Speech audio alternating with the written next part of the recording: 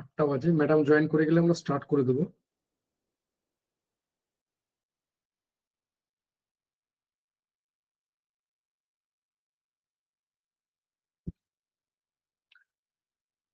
আজ আমাদের পঞ্চম দিনের ক্লাস শুরু হচ্ছে। সিডিপি অর্থাৎ চাইল্ড ডেভেলপমেন্ট অ্যান্ড পেডাগজি, এই সাবজেক্টে ক্লাস রয়েছে। আমাদের যে কোনো পরীক্ষার জন্য খুবই গুরুত্বপূর্ণ। সেটা হতে পারে তোমার প্রাইমারি টেট বা আপার প্রাইমারি টেট, বা প্রাইমারি টেট বলে সিটেট পেপার 1, আপার প্রাইমারি টেট বলে সিটেট পেপার 2। সমস্ত পরীক্ষার জন্য সমান গুরুত্বপূর্ণ আজকের সাবজেক্টে ক্লাস। একটু অপেক্ষা করে যায়, ম্যাডাম জয়েন করে গেলে আমরা স্টার্ট করে দেবো। আর তোমার দিক থেকে রেসপন্সের যা ঘটা, তা তো বুঝতে পারছি না যে কি করা উচিত।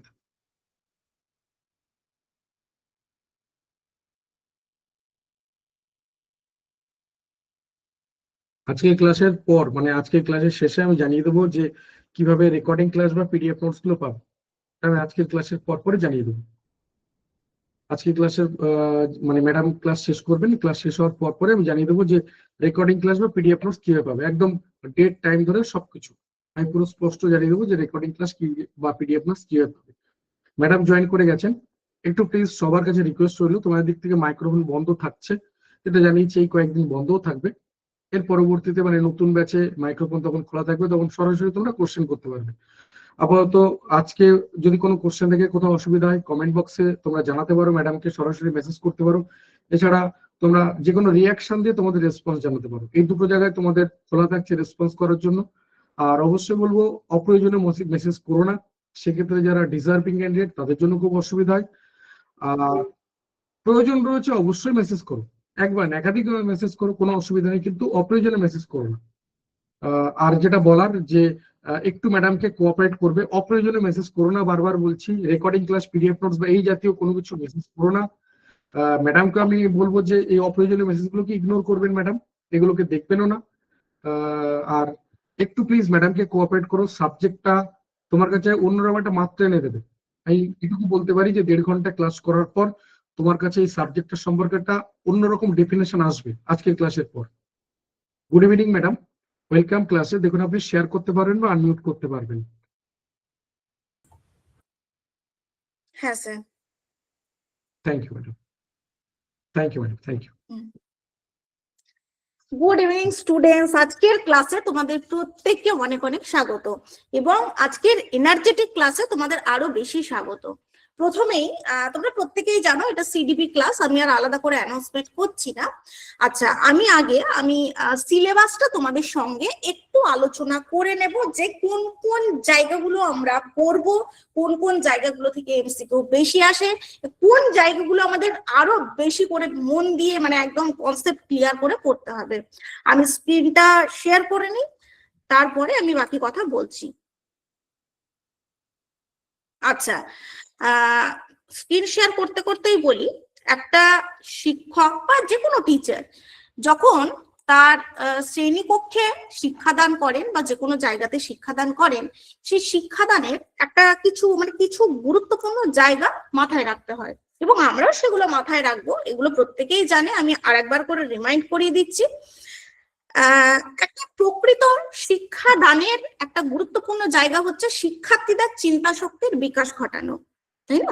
আমি শুধু লেকচার দিয়ে গেলাম বা লেকচার মেথড, আমাদের তো অনেক মেথড রয়েছে, lecture method, inductive method, deductive method, heuristic method, project method, প্রচুর মেথড রয়েছে। তার মধ্যে একটা আমি উল্লেখ করলাম যে লেকচার মেথড। তো সেই লেকচার মেথডে আমি পড়ালেই তোমরা সেই লেকচারটা কেন শুনবে, এটা 1 নম্বর কথা। কোনো দরকার নেই, আমি প্রত্যেকটা পয়েন্ট এমন ভাবে তুলে ধরবো যেন তোমরা নিজেদেরই তোমাদের চিন্তা শক্তির বিকাশ ঘটে। তবে হ্যাঁ, মনোযোগটা কিন্তু খুব দরকার, আর মনোযোগটা কিন্তু আগ্রহ থেকে আসবে। কাজে একটু আগ্রহ দিয়ে একটু দেখো, আশা করি ভালো লাগবে। তো আমি স্ক্রিনটা শেয়ার করছি, আশা করি প্রত্যেকে দেখতে পাচ্ছ। প্রথমে সিলেবাসটা একটু আলোচনা করে নেব। আচ্ছা, সিলেবাসে কি কি পড়বো? আচ্ছা, প্রথমেই দেখো এডগার ডেলটা একটু প্রথমেই রেখেছি, কারণ পিটেট এর ক্ষেত্রে একটু বলে দিই যে এই এডগার ডেলটা কিন্তু আমাদের সিলেবাসে ছিল না। 2023-এ যে এখান থেকে প্রশ্নটা আমাদের পর্ষদ দিয়েছিল, এবং অবশ্যই প্রশ্নটা কিন্তু কনসেপচুয়াল ছিল, মানে যদি না আমরা ডিটেলস জেনে থাকি এই প্রশ্নের উত্তর করা সম্ভব নয়, 100% সম্ভব নয়। তো এটা আমাদের সিলেবাসে ছিল না, কিন্তু এই জায়গা থেকেও কিন্তু প্রশ্ন এসেছিল। কাজেই সেই জন্য আমি প্রথমে একটু রেখেছি, কারণ এটা নিয়েও আমাদের ডিটেলস ক্লাস হবে। জাস্ট মানে একটা আধ ঘন্টার এই টপিকের উপর একটা আধ ঘন্টার ক্লাস করলেই আমাদের ফুল কনসেপ্ট ক্লিয়ার হয়ে যাবে, সেটা আস্তে আস্তে হবে। এবারে দেখে নেব concept and principal of development. এর ধারণা, মানে ডেভেলপমেন্টের ধারণা, তার কিছু বৈশিষ্ট্য, তার নীতি, সমস্ত কিছুটা কিন্তু আমরা ফুললি জানবো। আচ্ছা, আমি এইটুকু আগে বলে নিই, তারপরে আমি কিছু প্রশ্নের উত্তর দেব। Growth and maturation, difference between growth and development, relationship of development with learning. দেখো, এতদিনের ক্লাসের পরিপ্রেক্ষিতে বলতে পারি যে যখন বৃদ্ধি বিকাশ পড়ানো হয় তখন শিক্ষার্থীরা বলেন ঠিক আছে প্রচুর সোজা, ঠিক আছে ঠিক আছে কন্টিনিউ সোজা। কিন্তু যখন এখান থেকে আমি এমসিকিউ রাখি, বা যখন এমসিকিউ সেশন গুলো প্রোভাইড করা হয়, বা কোনো কোথাও প্রশ্ন শিক্ষার্থীরা পায়, তখন শিক্ষার্থীরা বলে এখান থেকে এত ডিপ কোশ্চেন আসতে পারে, বা এত ডিপ থট এমসিকিউ হয়। তো এই জায়গাটা যত ইজি আমরা দেখি, এটা কিন্তু ততটাই ডিপলি পড়তে হবে। নর্মালি আমরা দেখে থাকি যে গ্রোথ অ্যান্ড ডেভেলপমেন্ট, গ্রোথ মানে শুধু হাতে পায়ে বেড়ে ওঠা, আর বিকাশ মানে তার বললাম না, শারীরিক, মানসিক, দৈহিক, নৈতিক, প্রাক্ষবিক, সাংস্কৃতিক, প্রচুর, মানে সবটাই ডেভেলপমেন্ট, এবং সেটা মাতৃগর্ভ থেকে একদম মৃত্যুর আগে পর্যন্ত চলছে। তো এবার যদি দেখো, যদি আমাদের আজকে কমিউনিকেশনের মাধ্যম অনলি কমেন্ট সেকশন, তো আমি প্রশ্নগুলো করব, তোমরা ভাবতে থাকবে এবং উত্তরগুলো আমি দেব। কেউ চাইলে কমেন্ট সেকশনে উত্তর অবশ্যই দিতে পারো, সেটা একটু পর পর দেখব। এবারে তাহলে ম্যাচুরিয়েশনের সঙ্গে গ্রোথের ডিফারেন্সিয়েশনটা কোথায়? একটা জিনিস একটু ভাববো যে গ্রোথ মানেও বেড়ে ওঠা, এবং আমি রিলেট করছি এই ম্যাচুরিয়েশন মানেও বেড়ে ওঠা, মানে এই গ্রোথ মানেও কিন্তু হাতে পায়ে বাড়া, এক কথায়, তাই তো? হাতে পায়ে বেড়ে হচ্ছে, এটা গ্রোথ। আমি 5 বছর বয়সে যেরকম ছিলাম, আমি 15 বছর বয়সে কিন্তু সেরকম নেই।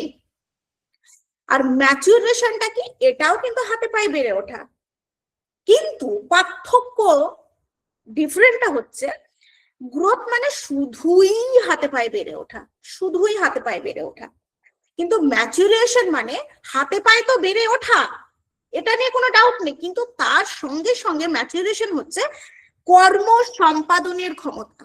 ব্যাপারটা কিরকম তোমরা একটু বলো। আজকে যদি আমার পায়ের কোনো একটা ডিফেক্ট থাকে, বা ধরে নাও আমার পায়ে মাংসপেশির কোনো একটা সমস্যা রয়েছে, সেক্ষেত্রে আমি আর 5টা শিক্ষার্থীর মতন কি দৌড়তে পারবো, ছুটতে পারবো? তোমাদের উত্তর হবে পারবো না। তো এই ক্ষেত্রে আমরা বলবো যে আমার ম্যাচুরিয়েশনটা ঠিকভাবে হয়নি, মানে ঘাটতি রয়েছে। বোঝা গেল? তাহলে আমার পরিণমনের সমস্যা রয়েছে, পরিপূর্ণ হতে সমস্যা রয়েছে। আমি হাতে পায়ে বেড়ে উঠেছি, আমার পা কিন্তু যতটা বাড়ার কথা, যতটা গ্রোথ হওয়ার কথা, ততটা হয়েছে, কিন্তু সেই কর্ম সম্পাদনের জায়গাতে আমি একটু পিছিয়ে রয়েছি। সেক্ষেত্রে বলবো ম্যাচুরিয়েশনে ঘাটতি রয়েছে। আর বাকিগুলো তো তোমরা, আমার মনে হয় তোমরা একটু একটু জানো, অনেকেই জানো, আবার অনেকে হয়তো দীর্ঘদিন চর্চার অভাবে ভুলে গেছো যে ম্যাচুরেশনে কিন্তু অনুশীলনের দরকার হয় না। গ্রোথের ক্ষেত্রে যেমন আমরা বেশ এক্সারসাইজ করলে একটু, মানে আমাদের ধারণা আমরা বড় হব বা রোগা হব, আমাদের বডি হবে, কিন্তু ম্যাচুরেশন কিন্তু তার উপর ডিপেন্ড করে না। ম্যাচুরেশনে কোনো বাহ্যিক অনুশীলনের কোনো কিছু দরকার পড়ে না। তো আর ডেভেলপমেন্ট, সেটা আমি তো বললাম, মানে এটা সার্বিক সমস্ত কিছু, এমনকি এই গ্রোথটাও ডেভেলপমেন্টের মধ্যে রয়েছে, এই গ্রোথটাও ডেভেলপমেন্টের মধ্যে রয়েছে। তো এই ডেভেলপমেন্ট অ্যান্ড গ্রোথ, ম্যাচুরেশন, এগুলোতে যে আমরা যখন ডিটেলস ক্লাস করব, তখন আমি অবশ্যই এই জায়গাগুলোর এমসিকিউ নিয়েও আলোচনা করব। এখন যেহেতু সিলেবাসটা আলোচনা করছি, heredity and environment as factors of development. এবার আবারও বলছি যে আমার শিক্ষার্থীরা অনেকটা জানে হেরিডিটি অ্যান্ড ডেভেলপমেন্ট, এই এনভায়রনমেন্ট। তো একটা শহরে থাকা শিক্ষার্থী, একটা গ্রামে থাকা শিক্ষার্থী কি একরকম হবে? তাদের চলাফেরা, তাদের আদব কায়দা, তাদের কথাবার্তা, তাদের সংস্কৃতি একটু আলাদা, তার মেইন কারণটাই কিন্তু এনভায়রনমেন্ট, এবং জিনগত ব্যাপারটাও equal important. Heredity and environment একটা শিশুর পরিপূর্ণ বিকাশে দুটোই কিন্তু গুরুত্বপূর্ণ।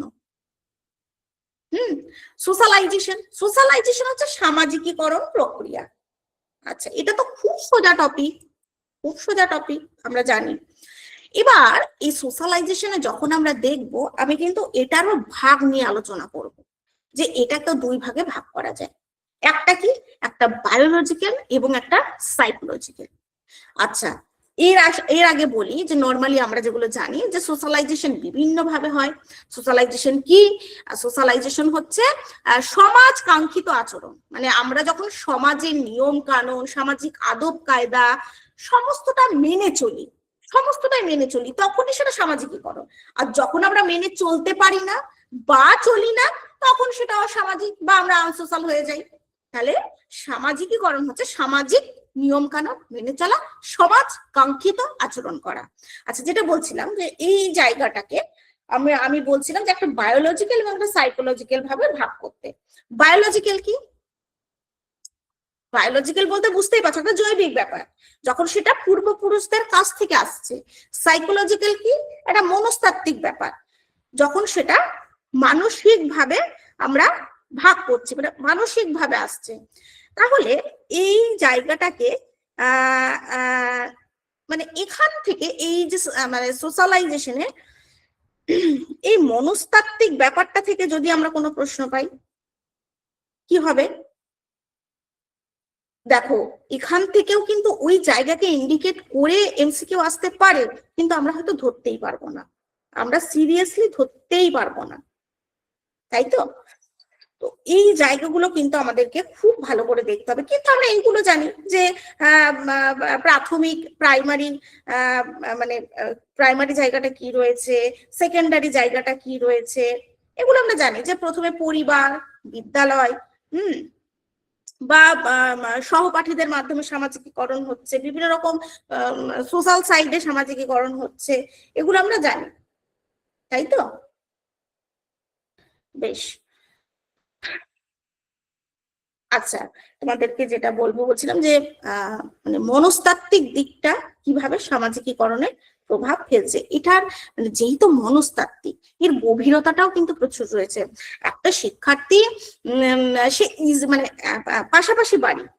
পাশাপাশি রয়েছে, মানে একসাথে দুই বন্ধু বড় হচ্ছে, তো তাদের বড় হওয়ার পেছনে সাইকোলজিক্যাল দিকটা কিন্তু ভীষণ গুরুত্ব ফেলছে, তাই কি? আরেকটা দিক যেটা গুরুত্ব ফেলছে, যেটা বললাম বায়োলজিক্যাল দিক, সেটাও কিন্তু পরিপূর্ণ বিকাশের ক্ষেত্রে মানে যথেষ্ট গুরুত্বপূর্ণ হচ্ছে। এবার আরো ডিটেলসে আমরা ডিটেলস ক্লাসে দেখে নেব। ইম্পর্টেন্ট পিরিয়ড তোমরা জানো, লাইফ স্প্যান, মানে আর্নেল্ড জোন্স, রুশো, তাদের physical, social, emotional, language, cognitive development সমস্তটা গুরুত্বপূর্ণ, এবং যেখান থেকে প্রশ্ন আসে আমরা সেটা জানি।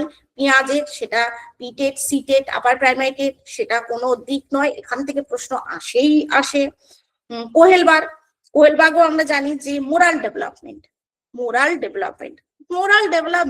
এবারে এখান থেকে যদি আমি তোমাদের প্রশ্ন করি যে একটা ছোট শিশু বা আমাদের মধ্যে, চলো আমরা তো এখন অনেকটাই ম্যাচিওর, আমাদের মধ্যে কি মোরালিটি আছে, নৈতিকতা আছে? এবং যদি থাকে সেটা কেন, যদি না থাকে সেটা কেন? আমি প্রথমেই বলেছি, চিন্তা শক্তির বিকাশ আমাদের শিক্ষার্থীদের ঘটাতে হবে, অবশ্যই বিষয়টাকে নিয়ে চিন্তা করতে হবে। আমাদের সাবজেক্টে কিন্তু চিন্তনমূলক, কগনিটিভ ডেভেলপমেন্টটা ভীষণ দরকার, এবং সেটা ক্রিটিক্যাল থিঙ্কিং ভীষণ দরকার। প্রত্যেকের কাছে রিকোয়েস্ট যে প্রত্যেকে একটু বিষয়টাকে নিয়ে ভাবো, তারপরে যা হবে দেখা যাবে। আর আরেকটা জিনিস, মানে আমি কিন্তু ক্লাসটা তোমাদের বোঝাতে আসিনি যে আমি বোঝাবো তোমরা বুঝবে, আমি চেষ্টা করব বিষয়গুলোকে উপস্থাপন এমন ভাবে করতে যাতে তোমরা নিজেরাই বুঝে যাও, আমাকে আলাদা করে আর কিছু বলতে হবে না। তো প্রশ্নটা কি করেছিলাম বা কি জিজ্ঞাসা করেছিলাম সেটা বলি আমাদের পেডাগজির ভাষায়, যে কোহেলবার্গের মানে একটা শিশুর মধ্যে কি নৈতিকতা আছে সেটা কেন, এবং যদি নেই সেটা কেন? পরিষ্কার বুঝতে পারছো, এটা শিক্ষাদান প্রক্রিয়ার উপর নির্ভর করছে। প্রত্যেকটা শিশুর মধ্যে, প্রত্যেকটা ব্যক্তির মধ্যে উচিত অনুচিত বা করণীয় কোনটা, করণীয় নয় কোনটা, ন্যায় কোনটা, অন্যায় প্রত্যেকের মধ্যে আছে। আমার মধ্যে আছে, প্রত্যেক একটা বাচ্চা ছেলে শুরু হোক বা একটা বয়স্ক মানুষ হোক, সবার মধ্যে আছে। তাহলে পার্থক্যটা কি? মানে কখন আমরা সেটাকে কাজে লাগাতে পারি না? যখন এই বিষয়গুলো আমরা আমাদের মধ্যে সক্রিয় করতে পারি না, মানে ন্যায় অন্যায় বা এই মানে ভালো মন্দ এগুলোকে আমরা যখন সক্রিয় করার যে প্রক্রিয়া, সেটাই কিন্তু নৈতিকতা ওয়েলবার্গের মতে, আমার মত নয়। এবার এই বিষয়গুলোকে যখন সক্রিয় করতে পারছি না, সেটা নিজের মধ্যে তো করতে পারছি না, নিজের মধ্যে না করতে পারলে একটা শিশুর মধ্যেও করতে পারছি না, শিক্ষার্থীদের মধ্যেই করতে পারছি না, তাহলে তখনই কিন্তু তার নৈতিকতাটা আসছে না, সে অনৈতিক আচরণ করতে পারে। এবার এখন দেখো প্রসঙ্গক্রমে প্রচুর প্রচুর প্রচুর আলোচনা হতে পারে যে এখন আমরা শিক্ষকরা কেন সম্মান পাই না, কারণ এই জায়গাটাকে একটু টাচ করো যে এগুলো আমরা সক্রিয় করতে পারছি না, আমরা ব্যর্থ, কারণ হয়তো আমরা নিজেরাই ব্যর্থ, আমরা নিজেরাই ঠিকঠাক নই, আমরা নিজেদের মধ্যে হয়তো সক্রিয়তা নেই বিষয় সম্পর্কে, তাই শিক্ষা ছোট ছোট মানে শিক্ষার্থীরা আমাদের মানছে না, আমাদেরকে গুরুত্ব দিচ্ছে না, তাই নয় কি? এই জায়গাটা পড়লে আমাদের পেডাগজি 90% ক্লিয়ার হয়ে যাবে, যে যে কনক্লুশনের জায়গাগুলো দেয় না যে আপনি যদি টিচার হতেন তাহলে এই পরিস্থিতিতে আপনি কি করতেন, সেখানে 90% ক্লিয়ার করবে কোহেলবার্গ এই তত্ত্বটা। অ্যান্ড ভাইগোটস্কি, আচ্ছা অনেকক্ষণ আমি বললাম। আচ্ছা, জ্ঞানমূলক নির্মিতিবাদের প্রবক্তাকে একটু কমেন্ট সেকশনে একটু জানতে চাই, কারণ এখানেই উত্তর আছে, মানে আমার এইটুকুর মধ্যেই উত্তর আছে। মানে নির্মিতিবাদ বললেই তো আমাদের একটা জিনিস মাথায় গেঁথে যায়, তো সেই জন্য প্রশ্নটা করলাম যে জ্ঞানমূলক নির্মিতিবাদে আমরা মানে কার নামটা উঠে আসবে বলো, কুইক। পেঁয়াজে, আচ্ছা প্রীতি বলেছে পেঁয়াজে, ঠিক আছে, ভেরি গুড। আর বাকিরা এখনো চিন্তা প্রসেসিং চলছে, এখনো প্রসেস চলছে, চিন্তার প্রসেস, ভেরি গুড। একদম, মানে আমি কেন প্রশ্নটা করলাম, নির্মিতিবাদ মানেই আমাদের মাথাতে যেটা সেভ হয়ে আছে ভাইগোটস্কি, কিন্তু এই জায়গাটা একটু সেভটা একটু অন্যরকম করো, যখন সামাজিক নির্মিতিবাদ হবে, সোশ্যাল কন্ট্রাক্টিভিজম হবে, তখন সেটা ভাইগোটস্কি হবে। যখন কগনিটিভ, যখন জ্ঞানমূলক বা কগনিটিভ ব্যাপারটা আসবে, নির্মিতিবাদ আসবে, কনস্ট্রাকটিভিজম আসবে, তখন সেটা করবে পেঁয়াজে। এই ছোট্ট জায়গাটা একটু মাথায় রাখবো।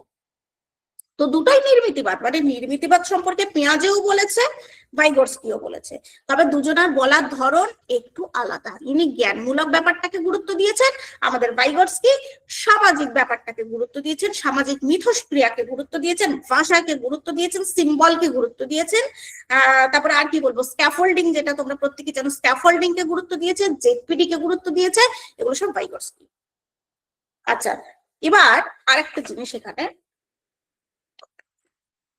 দেখো, আমাদের মানে আমরা তো কি বলবো, পেডাগজিটা তো কম বেশি জানি, তো পেডাগজি আমরা পাচ্ছি কোথা থেকে? মানে ওটা কঠিন বিষয় তো নয়, কঠিন বিষয় নয়, ওই পেডাগজিটা কিন্তু এই তত্ত্বগুলো থেকে মানে গেছে। এক্সাম্পল বলি, ভাইগোটস্কির যে স্ক্যাফোল্ডিংটা আছে, যেটা কিন্তু এমসিকিউ এর জন্য ভীষণ গুরুত্বপূর্ণ, সে টেট সিটেড বলে না বা আপার প্রাইমারি, ভীষণ গুরুত্বপূর্ণ। স্ক্যাফোল্ডিং হচ্ছে, একটু মানে রিলেট করে নাও পেডাগজির সঙ্গে। পেডাগজি বলেছে একটা শিক্ষার্থীকে শিক্ষাদানের সময় আমরা কি ডিরেক্টলি হেল্প করবো নাকি?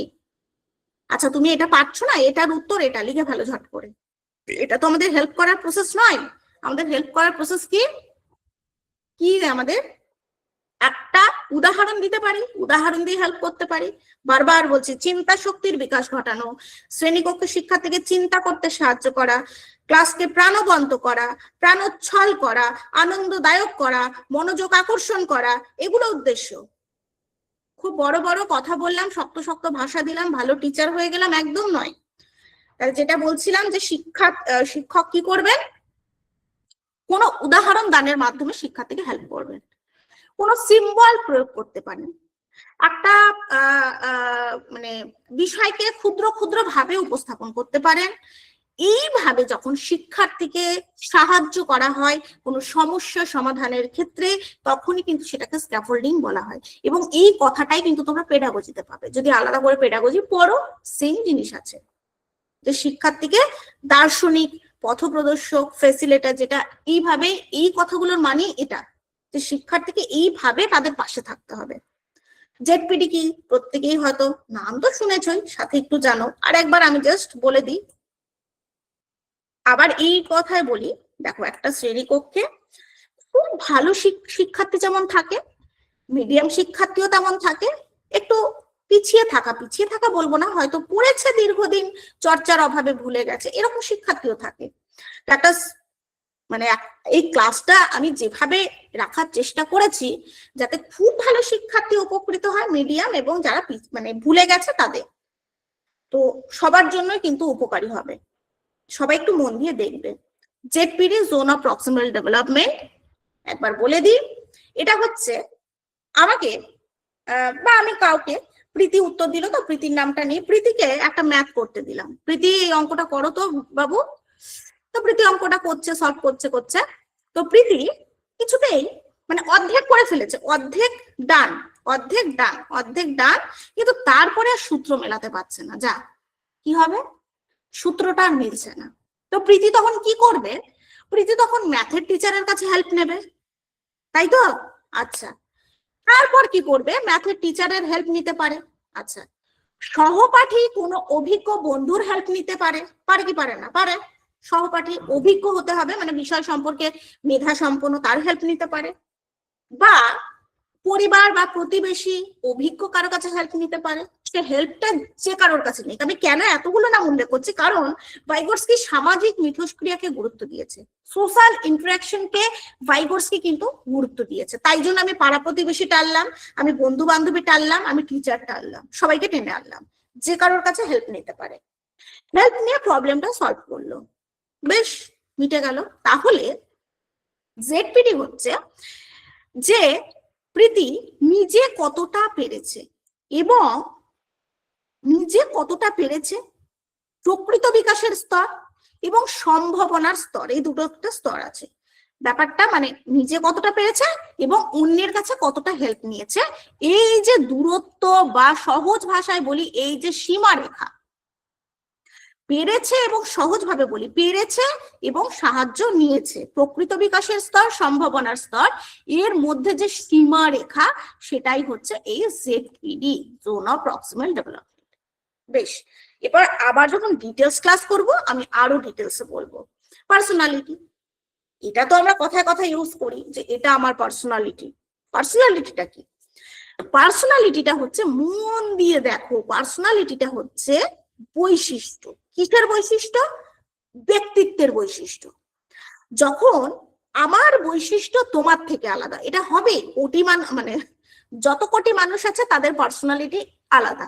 এবার হতে পারে যে 90% মিল আমার সাথে কারোর রয়েছে, 100% মিল কারোর সাথে কারোর থাকবে না, তো না। তো যে বৈশিষ্ট্য বলি এক ব্যক্তির থেকে অন্য ব্যক্তিকে পৃথক করে, যে বৈশিষ্ট্য বলি এক ব্যক্তির থেকে অন্য ব্যক্তিকে পৃথক করে, সেটাই হচ্ছে পার্সোনালিটি। ক্লিয়ার? ঠিক আছে, দেখো এবার আমি সত্যি কথাই বলছি, আমার ব্যক্তিত্ব হচ্ছে আমি ভীষণ ইন্ট্রোভার্ট, মানে নিজের, আমার যাদের খুব ক্লোজ মনে হয় তাদের সাথে আমি কথা বলি, তাদের সাথেই প্রাণ খুলে কথা বলা বলো, হাসা বলো, কান্না বলো, আবেগ শেয়ার বলো, সবটা করি। এটা আমার এটা ইন্ট্রোভার্ট, আমি নিজের মধ্যে নিজেকে রাখতে ভালোবাসি, এটা সত্যি কথা। আবার কেউ কেউ আছে না খুব প্রাণোচ্ছল, শেয়ার করতে ভালোবাসে, গল্প করতে ভালোবাসে, মিশতে ভালোবাসে, ঘুরতে যেতে ভালোবাসে, এগুলো কি তাদের বৈশিষ্ট্য? হ্যাঁ, তো এই ইন্ট্রোভার্ট, এক্সট্রোভার্ট, এই জায়গাগুলো থেকে মানে এই জায়গাগুলো একটু ভালো করে দেখতে হবে মানে পার্সোনালিটিতে। তো যাই হোক, এই জায়গাগুলো আমরা আরো ভালো করে দেখবো। এরিকসনের তত্ত্বটা তো আমার খুব প্রিয়, কারণ এখানে আমাদের জীবনে ছোটবেলা থেকে একদম বয়স পর্যন্ত কি কি বৈশিষ্ট্য হয় এবং বয়সের সঙ্গে আমরা কি কি করে থাকি, সেগুলো কিন্তু খুব সুন্দরভাবে উল্লেখ করা থাকে, ভীষণ সুন্দরভাবে কিন্তু উল্লেখ রয়েছে। এবং যখন আফটার 60 ইয়ার্স তখন কি হয়, আমরা আমাদের জীবনের ব্যর্থতা, আমাদের জীবনের সফলতা সমস্তটা নিয়েই কিন্তু আমরা ভাবি। তাই তাই আছে তো এডিকশনের। এবং ছোটবেলা কি করলে একটা শিশু সেলফ ডিপেন্ড হতে পারে, কি করলে শিশুটা মানসিকভাবে ভেঙে পড়তে পারে, কি করলে শিশু বড় নির্ভরশীল হবে, তার আগ্রহ হারিয়ে ফেলবে, সমস্তটা এডিকশন খুব সুন্দরভাবে ব্যক্ত করেছে। সেটা আমরা দেখব, কারণ একটা ক্লাসে আমার সম্ভব নয় সবটা বলে দেওয়া, এবং একটা ক্লাসে তোমাদেরও সম্ভব নয় সবটা গ্রহণ করা, কখনোই সম্ভব নয়। আচ্ছা, থিওরিজ ফ্রয়েড এডিকশন। ফ্রয়েড আমরা জানি মানে আমাদের মনের কথা যিনি বলেছেন, মনের কথা বলতে তিনি মানে মানসিক রোগীদের নিয়ে বহুদিন আলাপ আলোচনা করেছেন, মানে তাদের নিয়ে নাড়াঘাটা করেছেন, তারপরে তিনি আমাদের মনটাকে সুন্দরভাবে ব্যাখ্যা করেছেন, conscious mind, pre conscious mind, unconscious mind. এবং তার থেকেও যেটা সব থেকে ইন্টারেস্টিং, ইদম, অহম এবং সুপার ইগো। তো এগুলো ফ্রয়েডের তত্ত্বে আমরা জানতে পারবো যে আমরা মানে আমি কখনো কখনো রাগ দেখিয়ে ফেলি, হিংসাত্মক আচরণ করে ফেলি, বা হয়তো কারোর গায়ে হাত তুলে ফেলি। এটা কেন করি, বা আমি কেন সবসময় বাস্তবসম্মত থাকি, বা আমি কেন সবসময় একটা স্পিরিচুয়াল মানসিকতা নিয়ে থাকি। আচ্ছা, প্রশ্ন যখন উঠলোই, আমি হয়তো খুব রাগান্বিত হয়ে গেলাম, আমি প্রচন্ড রাগান্বিত হয়ে গেলাম, বা একটা খারাপ পরিস্থিতি তৈরি হয়ে গেল। এটা কার জন্য হচ্ছে একটু বলতে পারবে? ইদম, অহম না সুপার ইগো? বলো। মানে আমি কেন প্রশ্নটা করলাম বলি, একটু বলতে থাকি, তোমরা উত্তর করতে থাকো। মাঝে মাঝে প্রশ্ন করছি কারণ আমার শিক্ষার্থীরা বিষয় সম্পর্কে কতটা অবগত সেটা একটু জানার জন্য। তোমরা অবগত থাকলেও ভালো, না থাকলেও ভালো, কারণ আজকে তো জাস্ট স্টার্টিং আমার সঙ্গে তোমাদের ইন্টারাকশনের ক্লাস, এখানে খুব বিশাল কিছু তো সম্ভব নয়। বলো, কেউ নিশ্চয়ই কমেন্ট করেছে। আচ্ছা, পিঁয়াজে না, এই প্রশ্নটার উত্তর জিজ্ঞেস করছি। মানে আমি মাঝে মাঝে ভীষণ রাগান্বিত হয়ে যাচ্ছি, রেগে যাচ্ছি, হয়তো মারপিট শুরু হয়ে যাচ্ছে, এটা কেন হচ্ছে? মানে এখানে কে দায়ী, ইদম, অহম না সুপার ইগো?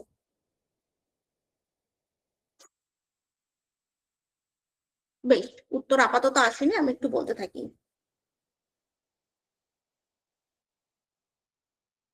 বা আস্তে আস্তে উত্তর আসছে, বাট ভেরি গুড। ইদম, একদম ইদম। ইদমকে রিলেট করব একটা বাচ্চা ছেলের সঙ্গে। ছেলে মানুষ, যে ছেলে মানুষ যার সবসময় যেটা বায়না করবে সেটাই চাই, এবং যে সুখ ভোগের নীতিকে গুরুত্ব দেয়, সেটাকে ইদম। সেই জন্য আমি সবসময় আমার শিক্ষার্থীদের রিলেট করতে বলি বাচ্চা ছেলের সঙ্গে। যদি এটা মনে রাখার জন্য, বাচ্চা ছেলে কি বায়না করে, আমাকে চাউমিন দিতেই হবে, আমি এখনই চাউমিন খাবো, আমি এখনই লেস খাবো, আমাকে এখনই মেলাতে গাড়ি কিনে দাও। সুখ ভোগের নীতি, এটা ইদম। ও বাস্তব মেনে চলে না। আচ্ছা, আরেকটা কথা, মানে আমাদের জীবনের ব্যালেন্সটা তাহলে কে রক্ষা করছে? জীবনের যে ব্যালেন্সটা, সেটাকে রক্ষা করছে, দেখে নি একটু। Quick quick quick. বাহ, অনেক সঠিক উত্তর। আচ্ছা, তোমরা উত্তর দিতে থাকো। না, সুপার ইগো জীবনের ব্যালেন্স কিন্তু রক্ষা করে না। সুপার ইগো হচ্ছে মানে সুপার ইগো নয় বেটা। আচ্ছা, উত্তর করতে থাকো, আমি একটু বলি সব। আচ্ছা, ঈদ, কল্যাণী একমাত্র সঠিক উত্তর দিয়েছে। ইদম, ইদম না, ইদম না। তোমরা ইদম কেন, অহম, আমি কি বলছি, অহম হবে। সবাই ইদম করছে। আচ্ছা দেখো, আমি জাস্ট একটু সংক্ষেপে বলে দিই। ইদম হচ্ছে ছেলে মানুষ, যখন আমরা রাগ রাগ করি, কষ্ট পাই, খারাপ লাগা, ওগুলো হচ্ছে ইদম। বেশ গেল। অহম হচ্ছে আমাদের জীবনের ব্যালেন্সটাকে রক্ষা করে, সেটা হচ্ছে অহম। এবং সুপার ইগো, তোমরা অনেকে উত্তর দিয়েছো সুপার ইগো। সুপার ইগো কি জানো, মানে একদম বিবেকের কেন্দ্রস্থলে রয়েছে সুপার ইগো। কি বললাম? বিবেকের কেন্দ্রস্থলে রয়েছে সুপার ইগো। হ্যাঁ, মানে একটা এক্সাম্পল দিলে হয়তো তোমাদের কাছে ক্লিয়ার হবে। আমি একটু ঝট করে একটা ছোট্ট এক্সাম্পল দিয়ে একটু ক্লিয়ার করেই নিই। কি বলি, মানে সবার হাতে যেটা মাথায় আসছে সেটাই বলি। আমি তোমাদের সঙ্গে বেড়াতে গেছি, আমি তোমাদের সঙ্গে বেড়াতে গেছি, কোথায় একটা পিকনিকে গেছি, যেহেতু জানুয়ারি মাস চলছে। তো পিকনিকে যাওয়ার পর আমার ভীষণ খিদে পেয়েছে, ভীষণ খিদে পেয়েছে। তো আমাদের তো, আমি এখানে মনের গল্প করছি তো, ইদমহম সুপারি, বুঝবে আমার গল্পটা, কিন্তু একটু বোঝো রিকোয়েস্টটা। তো পিকনিকে যাওয়ার পর ভীষণ খিদে পেয়েছে। এখন দেখছি কারোর একটা নাম নিয়ে নি, কার একটা, আমি নিশা, নিশা নামটা লাস্টে আছে, নিশার নামটাই নিলাম। নিশা ম্যাগি এনেছে টিফিন বক্সে। তো আমি নিশা, তা আমার ইদম মনটা, ইদম মনে আছে, ইদম, ইদমকে আমি রিলেট করতে বলেছি ছেলে মানুষের সাথে। তো ইদম, আমার যে ইদম মাইন্ড, ইদম আমাকে বলছে আচ্ছা খিদে পেয়েছে, নিশা টিফিনটা খেয়ে নাও, টিফিনটা সামনেই রাখা আছে, সুন্দর ম্যাগি বানানো আছে, তুমি খেয়ে নাও, আমার প্রচন্ড খিদে পেয়েছে। তাহলে ইদম নিজের সুখ ভোগের কথাটা ভাবলো। এদিকে যে নিশার টিফিন নিশাও খাবে, সেটা কিন্তু ইদম ভাবলো না। হ্যাঁ, ইদম, ইদম হচ্ছে এটা, মানে নিজের সুখ ভোগের কথা ভাবে, এবং ইদম বাস্তবটাকে মেনে চলে না। না, এবার ইগো, ইগো কি বলছে, ইগো বলছে আচ্ছা প্রচন্ড খিদে পেয়েছে, নিশা ম্যাগি এনেছে, তাহলে কাজ করি, চলো নিশাকে বলি, নিশা আমার ভীষণ খিদে পেয়েছে, চলো টিফিনটা শেয়ার করে খাই, তুমি আমাকে একটু ম্যাগি দাও, আমার প্রচন্ড খিদে পেয়েছে। এটা হচ্ছে ইগো, যে কিনা বাস্তবতাকে নিয়ে চলে, বাস্তবটা মেনে চলে, বেশ। আর যারা বলেছে সুপার ইগো, আমি এস ইগো দিলাম এখানে, সুপার ইগো যারা বলেছ, সুপার ইগো হলে কি বলবে, না না, নিশার টিফিন নেওয়া যাবে না, তোমার খিদে পেয়েছে, ঠিক আছে, পাশে ধারে দোকান খোঁজো, দোকান থেকে খাবার নিয়ে খাও, মানে খাবার কিনে খাও, ও এনেছে, ওর খিদে পেলে ও খাবে। মানে আমি যেটা বলছি আর কি, ও একদম বিবেকের সেই লেভেলের, মানে একদম বিবেকের কেন্দ্রস্থলে রয়েছে সুপার ইগো, একদম ফুল বিবেকবান। আর ইগো বাস্তবতাকে নিয়ে চলে, যেটা শেয়ার করে খাই, ও খাক আমিও খাই, খিদে পেয়েছে, আর একদম নিজে নিজে খিদে পেয়েছে, চলো নিয়ে খেয়ে নাও লুটে পুটে। এই হচ্ছে পার্থক্য। এবার conscious mind, pre conscious mind, unconscious mind, এখন ওগুলো আমি ডিটেলস আলোচনা পরে করবো, কারণ এগুলো ছোট ব্যাপার নয় তো, এক্সাম্পল দিয়ে দিয়ে একটা করে ছোট ছোট গল্প বলে বলে আমি ক্লিয়ার করে দেবো। ইন্টেলিজেন্ট, ইন্টেলিজেন্টটা ভীষণ গুরুত্বপূর্ণ একটা জায়গা, যেখানে স্পিয়ারম্যান, মানে কিছু থিওরি আমাদের জানতে হবে, এবং আবারও বলছি সেগুলো প্রত্যেকটা কনসেপচুয়াল আমাদের জানতে হবে।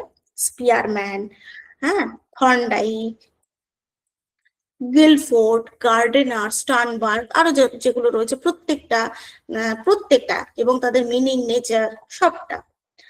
তার আর কি, শিক্ষার্থীদের মধ্যে ব্যক্তিগত পার্থক্য এবং শিক্ষণ প্রক্রিয়া, এই শিক্ষাগত প্রভাব, এটা তো তোমরা প্রত্যেকেই জানো, ইন্ডিভিজুয়াল ডিফারেন্স প্রত্যেকের মধ্যে রয়েছে। যখন এই যে আজকের ক্লাসে আপাতত আমি এখন দেখলাম মোটামুটি আপ ডাউন করছে, তো 50 জন রয়েছে। এবার 50 জনের মধ্যে ক্লাসটা শেষ হওয়ার পর 15 জন বলবে ক্লাসটা খুব ভালো হয়েছে, বাকি 10-12 জন বলবে মোটামুটি হয়েছে, মোটামুটি, আর হয়তো বাকিরা বলবে ও একদম ভালো হয়নি। এটা স্বাভাবিক, এটা নিতে হবে মেনে, কারণ দেখো প্রত্যেকে আলাদা, প্রত্যেকে আলাদা, প্রত্যেকের ভালো লাগা আলাদা, প্রত্যেকের নেবার ক্ষমতা আলাদা, প্রত্যেকের দেবার ক্ষমতা আলাদা, সেখানে একজন টিচারের পক্ষে সবটা নয়। এবার সেম ভাবে যখন আমরা শ্রেণীকক্ষে শিক্ষাদান করব, প্রত্যেকটা শিক্ষার্থী আলাদা, প্রত্যেকটা শিক্ষার্থীর পূর্ব অভিজ্ঞতা আলাদা। এবার পূর্ব অভিজ্ঞতার উপর নির্ভর করে, বা তার জ্ঞানের উপর নির্ভর করে, তার মনোযোগের উপর নির্ভর করে ক্লাসটা সে কতটা ভালোভাবে নিতে পারবে। ক্লাস তো একই, শ্রেণীকক্ষে যখন একটা টিচার ক্লাস প্রোভাইড করেন, ক্লাস তো একই, কিন্তু কেউ খুব ভালো বোঝে, কেউ মিডিয়াম বোঝে, কেউ বোঝে না। কেন কেন এরকমটা কেন হয়? ক্লাস তো একই প্রোভাইড হয়, মানে একই ক্লাস, শ্রেণীকক্ষে ক্লাস করছে, একই টিচারের কাছে টিউশন করছে, তারপরে কেউ 80%, 90% পাচ্ছে, কেউ 50% পাচ্ছে। কেন হচ্ছে এটা? কারণ কিছুটা আগ্রহ, কিছুটা মেধা শক্তি, এবং কিছুটা পূর্ব অভিজ্ঞতা। দেখো ক্লাসটা অনেকটা পূর্ব অভিজ্ঞতার উপরও 20% নির্ভর করে, বোঝা গেল? তো প্রত্যেকে আলাদা, প্রত্যেকের ব্যক্তিগত পার্থক্য রয়েছে। তো এই ক্ষেত্রে শিক্ষণ প্রক্রিয়া, শিক্ষাগত প্রভাব, প্রত্যেককে আলাদা তাদের মতন করে শিক্ষাদান করতে হবে। এবার এই জায়গাটায় আসবো যে ইনক্লুসিভ এডুকেশন, এখান থেকে প্রশ্ন আসে, খুব ভালো করে আমরা জানি।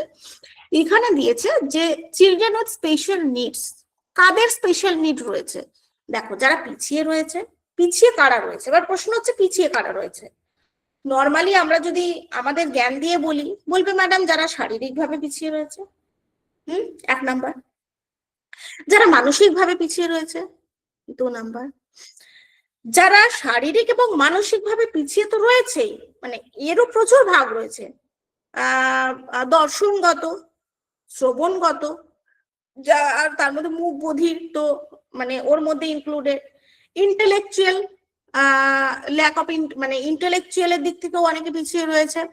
তো নানাভাবে শিক্ষার্থীরা পিছিয়ে রয়েছে। তাদের জন্য ইনক্লুসিভ এডুকেশন, যেখানে বলা হয়েছে সমস্ত রকম শিক্ষার্থী এক শ্রেণীকক্ষে শিক্ষা গ্রহণের সুযোগ পাবে। আচ্ছা, এখান থেকে আরো বিষয় যেটা, এবার এই স্পেশাল চাইল্ড প্রসঙ্গে অনেক ব্যাপার উঠে আসে। সেটা হচ্ছে তোমার শ্রেণীকক্ষে অনেক রকম শিক্ষার্থী থাকতে পারে, যেহেতু ইনক্লুসিভ বলা হয়েছে। কেমন? এখানে অটিজম চাইল্ড থাকতে পারে, ডাউন সিনড্রোম থাকতে পারে, নানা রকম থাকতে পারে। তার সাথে তো দর্শনগত, শ্রবণগত, ফিজিক্যাল থাকতেই পারে। তো তুমি সেগুলো বুঝবে কিভাবে, কার কি প্রবলেম রয়েছে, কিভাবে বুঝবে? তার জন্য তোমার কি দরকার? তোমার অবজারভেশন পাওয়ার দরকার, তোমার পর্যবেক্ষণ করা দরকার। প্রত্যেককে পর্যবেক্ষণ করে তাদেরকে আলাদা আলাদা, মানে যেটাকে আইইপি বলছে, ইন্ডিভিজুয়াল এডুকেশন প্ল্যান, তাদের সেই মতো শিক্ষাদান প্রক্রিয়াটা দান করতে হবে, যেটা ইনক্লুসিভ এডুকেশনে খুব সুন্দরভাবে বলেছে। এবং যদি আমরা এনইপিটাও দেখি, এনইপি 2020টাও দেখি, সেখানেও কিন্তু বলা হয়েছে যে স্বাভাবিক শিক্ষার্থী যে সুবিধাগুলো পাবে, মানে কর্মসংস্থানের ক্ষেত্রে, শিক্ষা গ্রহণের ক্ষেত্রে বা চিকিৎসা ক্ষেত্রে, এক্ষেত্রেও কিন্তু সেম হবে। মানে বিশেষ যারা রয়েছে, স্পেশাল চাইল্ড রয়েছে, তারা সেম সুযোগ সুবিধা পাবে, সেম, এবং অবশ্যই তাদের দক্ষতার উপরে। তো এগুলো ডিটেলস অবশ্যই আস্তে আস্তে জানবো। এবং যারা বঞ্চিত, অবহেলিত, তাদের জন্য মানে স্পেশাল, তাদের জন্য ইনক্লুসিভ এডুকেশন রয়েছে। সেটাই বলা হয়েছে, প্রতিবন্ধী শিশুদের বিষয়সমূহ, talent, creative, differently able learners, gender তোমরা জানো ভীষণ গুরুত্বপূর্ণ একটা জায়গা, ভীষণ, যেখান থেকে প্রশ্ন ভীষণ ভাবে আসার পসিবিলিটি থাকে এবং আসেও। জেন্ডারের মধ্যে অনেক ভাগ রয়েছে, জেন্ডার স্টেরিওটাইপ রয়েছে, জেন্ডার স্কিমা রয়েছে, জেন্ডার কনজারভেশন রয়েছে, সমস্তটা আমরা জানবো। জেন্ডার স্কিমা কি? অর্জিত তথ্য সমূহের একক সংগঠন। মন দিয়ে শুনছো তো? বেশ, তাহলে একটু দেখো, এখানে কিন্তু প্রশ্ন করব, মন দিয়ে শুনবে। তাহলে জেন্ডার হচ্ছে, আচ্ছা, স্কিমা হচ্ছে তথ্য সমূহের একক সংগঠন। কনজারভেশন কি? সংরক্ষণ। কি সংরক্ষণ? জেন্ডারে কি সংরক্ষণের কথা বলবে? টাকা পয়সা না, ধ্যান ধারণা। কি ধ্যান ধারণা? মেয়েদের বেশি পড়তে নেই, সে তো খুন্তি নাড়বে, বেশি পড়ে কি হবে?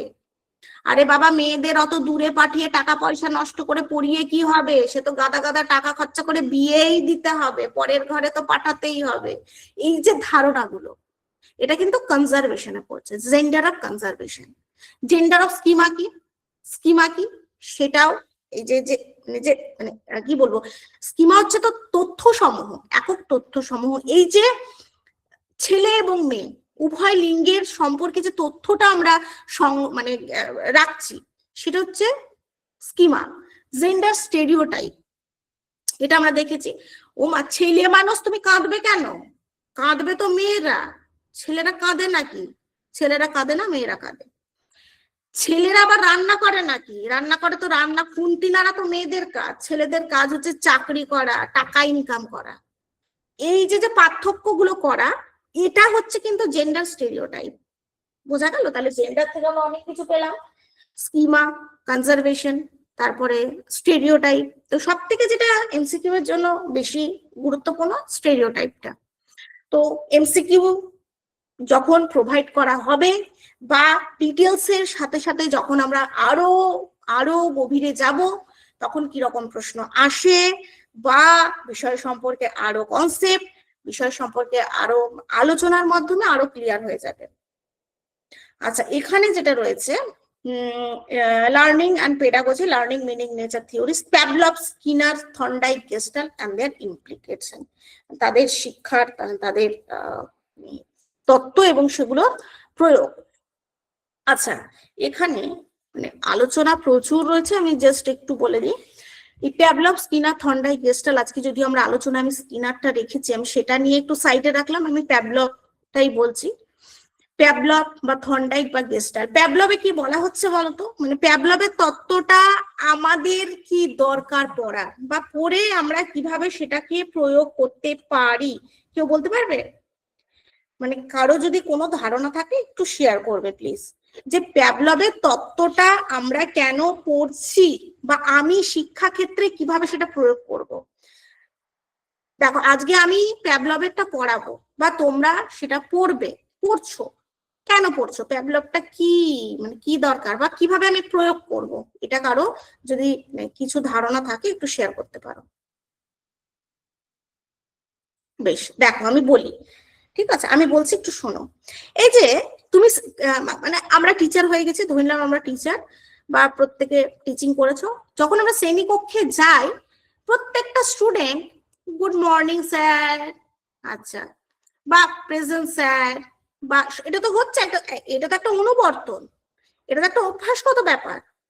বা ঘন্টা পড়লে স্কুল ছুটি হয়ে যাবে, ঘন্টা পড়লে স্কুল বসছে, এই টাইমে টিফিন হবে, এই যে একটা রেগুলার বেস, একটা অভ্যাস, এটা সমস্তটা প্যাভলভের তত্ত্ব থেকে। বা প্রতিদিন আমরা অ পড়ছি, প্রতিদিন একেচনে পড়ছি, প্রতিদিন এবিসিডি পড়ছি, পড়তে পড়তে মুখস্থ হয়ে গেছে, সমস্তটা প্যাভলভের তত্ত্ব থেকে। সব এই জায়গাটাই প্যাভলভ, মানে পুরোটা প্যাভলভ নিয়ে আছে, পুরোটাই প্যাভলভ নিয়ে আছে। এবং আমি যেটা বলে থাকি প্রত্যেক ক্লাসে, তোমরা জানি, অনেকে জানো যে গত বছর গ্রীষ্মকালে অনেক স্কুল এই একটা রুলস চালু করেছে, যে দুপুর বেলা কোন একটা নির্দিষ্ট টাইম, সেটা 11টা হতে পারে, 12টা হতে পারে, 11:30 হতে পারে, ঘন্টা বাজলে কি হবে, স্টুডেন্টরা গিয়ে জল খাবে। তো এটা যখন কন্টিনিউ 7 থেকে 8 দিন করা হবে, 9 দিনের দিন বা 10 দিনের দিন, ঘন্টা মানে অটোমেটিক ওই টাইমে শিক্ষার্থীরা জল খেতে চাইবে, বা জল তেষ্টা পাবে, বা জল খাবে। তো এই যে অভ্যাসগত ব্যাপারগুলো, সেগুলো কিন্তু প্যাভলভ। আজকে আমাকে আমি আমি আচ্ছা, একটা এমসিকিউর মাধ্যমে একটু পরে আলোচনা করে নেবো। স্কিনার, থর্নডাইক কোথায়, যে শিক্ষার্থীরা ভুল করবে এটা কিন্তু স্বাভাবিক, ভুল করবে না এটাই অস্বাভাবিক, এই থিওরিতে বলা হয়েছে। থর্নডাইক, গেস্টাল, যেখানে অন্তর্দৃষ্টি, ভেতরের দৃষ্টি, ভেতরের দৃষ্টিটা কেমন, এটা কিন্তু সামগ্রিক, এটা সামগ্রিক, এখানে কিন্তু কোনো প্রি প্ল্যান থাকবে না, শিক্ষার্থীরা হঠাৎ করে সমস্যার সমাধান করবে।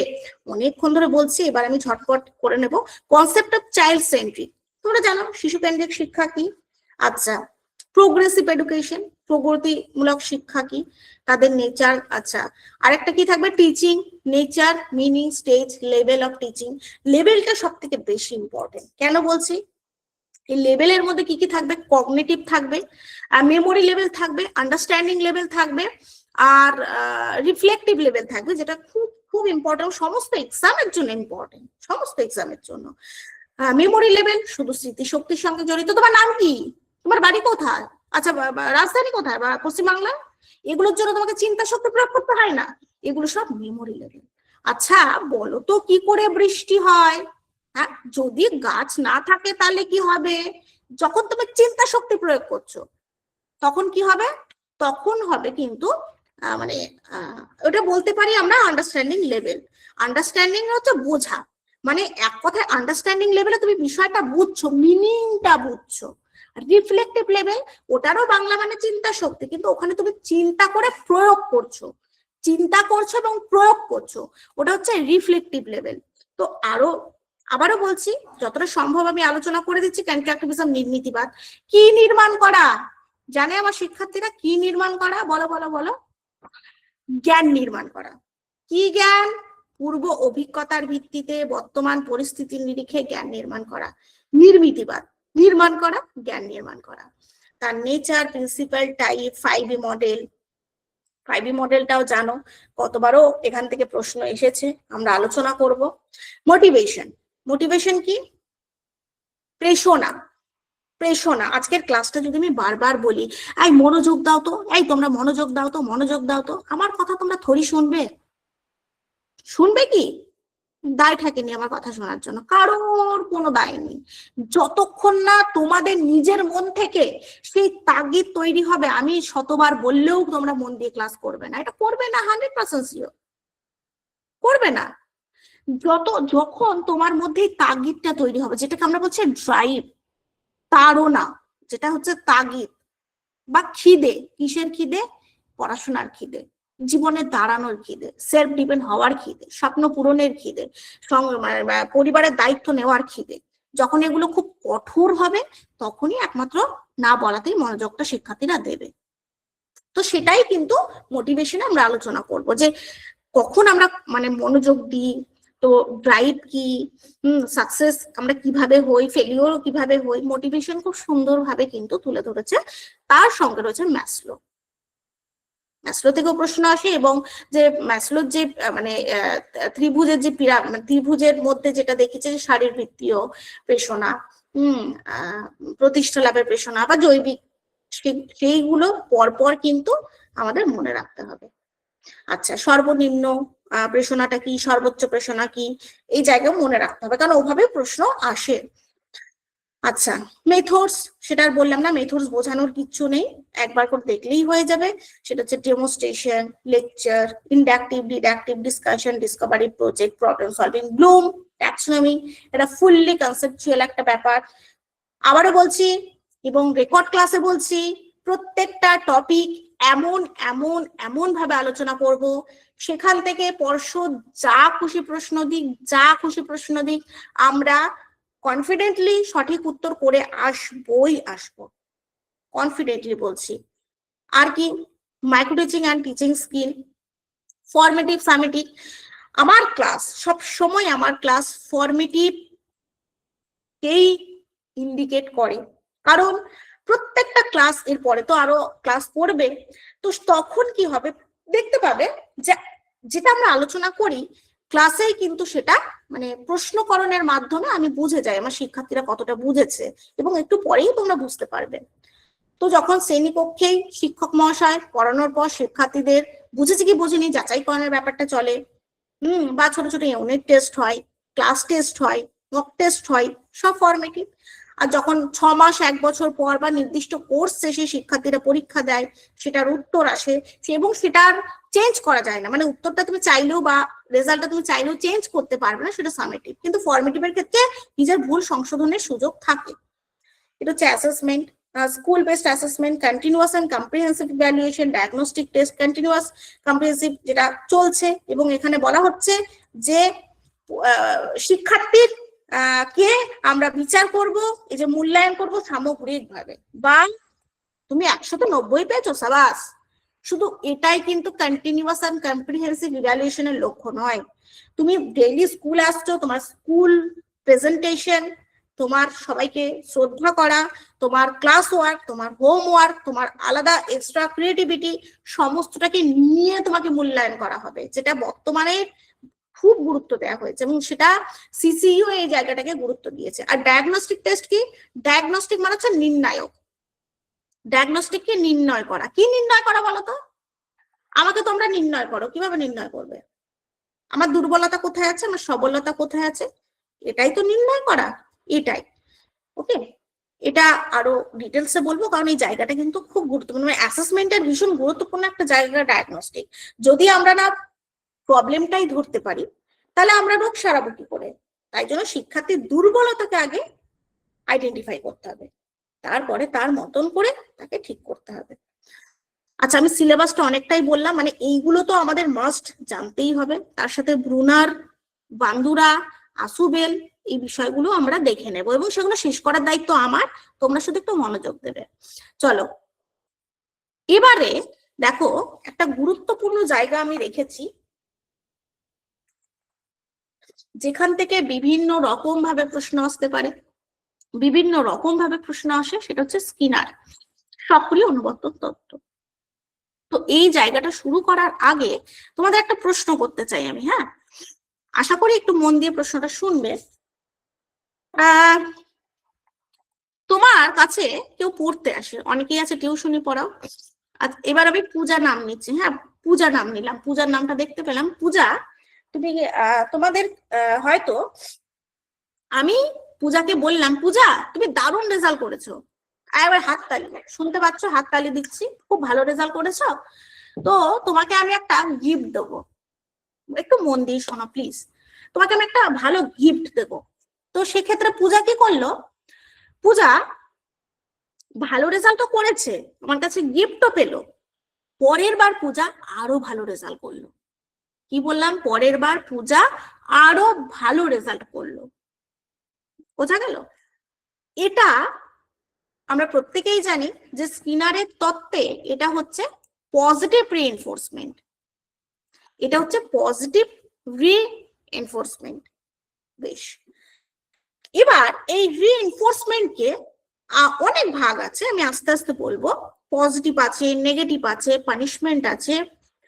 তো তোমরা, আচ্ছা দেখি তো পরের পেজে কি আছে, আমি একটু পেজটাকে একটু নিয়ে আসি, দাঁড়াও, আমি একটা বিষয় রেখেছি হালকা করে আলোচনা করব। আচ্ছা, এই পেজটা একটু হালকা করে আলোচনা করে নিই। ভালো কাজ মানে পুরস্কার, আমি একটু ভেঙে ভেঙে বলবো, হ্যাঁ, এখানে এক কথায় আছে, আমি ভেঙে বলবো। পজিটিভ রিইনফোর্সমেন্ট হচ্ছে ভালো কাজ, পুরস্কার। যেমন আমি পূজাকে মানে উদাহরণ দিয়ে বোঝালাম যে পূজা ভালো রেজাল্ট করেছে, আমি পূজাকে একটা হাততালি দিলাম সবার সামনে এবং একটা পুরস্কার দিলাম। তো পূজা তো ভীষণ এনকারেজ হলো, পূজা পরের বার আরো ভালো রেজাল্ট করলো, আরো ভালো রেজাল্ট করলো। এটা হচ্ছে পজিটিভ রিইনফোর্সমেন্ট। তাহলে নেগেটিভ রিইনফোর্সমেন্ট কি বলতো? কেউ কি বলতে পারবে নেগেটিভ রিইনফোর্সমেন্ট কি? মানে এখানে বলছে খারাপ অবস্থা দূর, মানে আচ্ছা একটা জিনিস একটু বোঝো, নেগেটিভটা যদি খারাপ অবস্থা দূর হয়, স্বস্তি হয়, পানিশমেন্ট হচ্ছে খারাপ কাজ বা শাস্তি। এটা আমি পিডিএফ এ দেবো, আমি ভালো করে ক্লিয়ার করে দিই। ব্যাপারটা হচ্ছে হ্যাঁ কি বলি, একটা এক্সাম্পল নিই। হ্যাঁ, এক্সাম্পল স্বরূপ বলা যেতে পারে এখানে নেগেটিভ রিইনফোর্সমেন্ট, খারাপ অবস্থা দূর, স্বস্তি। তোমার ক্লাসে দেখলে যে একটা বাচ্চা বা একটা শিক্ষার্থী ভীষণ দুষ্টুমি করছে, মানে ফিস ফিস ফিস ফিস করে কথা বলছে, নিজেও মানে মন দিয়ে ক্লাস করছে না, আবার অন্যকেও মন দিয়ে ক্লাস করতে দিচ্ছে না, নিজেও ক্লাস তো করছে না ছেড়েই দাও, অন্যকেও ক্লাস করতে দিচ্ছে না। তো তুমি বললে, আই শোনো, তোমরা যদি এরকম করো তাহলে তোমাদের কিন্তু শাস্তি দেব, শাস্তি দেব, তুমি ভয় দেখালে। তো যখন তুমি একটা নেতিবাচক কথা দিলে এবং ভয়ে যখন ওরা আর সেই কাজটা করলো না, ভয়ে ওরা সেই কাজটা করলো না, ওরা কি হলো, সেটা করলো না, সেটা স্বস্তি হলো। ক্লিয়ার হলো? মানে যখন, আচ্ছা আরো যদি একটা সোজা এক্সাম্পল দিই, একটু ভালো করে বোঝো। কোনো বাচ্চা যখন টিচারের মার খাওয়ার ভয়ে বা হোমওয়ার্ক না করলে বাড়িতে মা বকা দেবে, মা বকা দেবে, বা ভালো করে বোঝো, মা বকা দেবে বা ক্লাস হোমওয়ার্ক না করলে টিচার বকা দেবে, যখন বকার ভয়ে শিক্ষার্থী ভালো কাজ করে বা হোমওয়ার্ক করে, তখন সেটা হচ্ছে নেগেটিভ রিইনফোর্সমেন্ট, মানে এড়িয়ে যাওয়া। যদি আরো সহজ ভাবে বলি, এড়িয়ে যাওয়া। কি এড়িয়ে যাওয়া? ওই বকা মার এড়িয়ে যাওয়ার জন্য যখন শিক্ষার্থী ভালো কাজ করে, সেটা পড়াশোনা, হোমওয়ার্ক, যে কোনো ভালো কাজ, তখন সেটা হচ্ছে নেগেটিভ রিইনফোর্সমেন্ট। তাহলে পানিশমেন্ট কি? খারাপ কাজ বা শাস্তি। পানিশমেন্ট হচ্ছে যখন শিক্ষার্থীকে, বা আমাদের বাচ্চা বলি শিক্ষার্থী বলি, সবাই তো আমাদের বাচ্চার মতন, তো আমাদের শিক্ষার্থীকে সেই কাজটা না করার জন্য শাস্তি দিই। কি কাজ? অবশ্যই খারাপ কাজ, অবশ্যই খারাপ কাজ। তুমি বারবার দেখছো তোমার ক্লাসে একটা বাচ্চা কাগজ ছিঁড়ে ছিঁড়ে ছুঁড়ে ছুঁড়ে মারছে, তুমি বারবার দেখছো একটা বাচ্চা কারো গায়ে থুতু ছেটাচ্ছে, তুমি বারবার দেখছো কেউ কাউকে ভীষণভাবে বিরক্ত করছে, তখন তুমি তাকে শাস্তি দিলে। কেন শাস্তি দিলে? যাতে ও ওই দুষ্টুমিটা না করে, মানে দুষ্টুমিটা বন্ধ করার জন্য তুমি শিক্ষার্থীকে শাস্তি দিচ্ছ, ওই কাজটা বন্ধ করার জন্য। মানে পানিশমেন্টে কিন্তু ওই খারাপ কাজটা বন্ধ হয়ে যায়, বন্ধ করার জন্য আমরা পানিশমেন্ট দিই। নেগেটিভটা কি, ও ওই মার বা বকা এড়িয়ে যাওয়ার জন্য কিন্তু কাজটা করে। ক্লিয়ার হচ্ছে তো? মার বকা এড়িয়ে যাওয়ার জন্য কাজটা করে, এড়িয়ে যাওয়ার জন্য। আমি কিন্তু এক্সাম্পল দিয়ে বলছি, যদি কারোর মনে হচ্ছে ক্লিয়ার হচ্ছে না, তাহলে বলতে হবে প্রাণ খুলে, কিছু করার নেই, কমেন্ট সেকশনে বলতে হবে। কারণ এত বড় দুনিয়া, এত বড় দুনিয়া, লজ্জা পেয়ে তো লাভ নেই। আজকে যদি আমি না বুঝি, তার দায়ভার আমার। দুনিয়ায়, এত বড় দুনিয়ায় কারোর কিছু হবে না।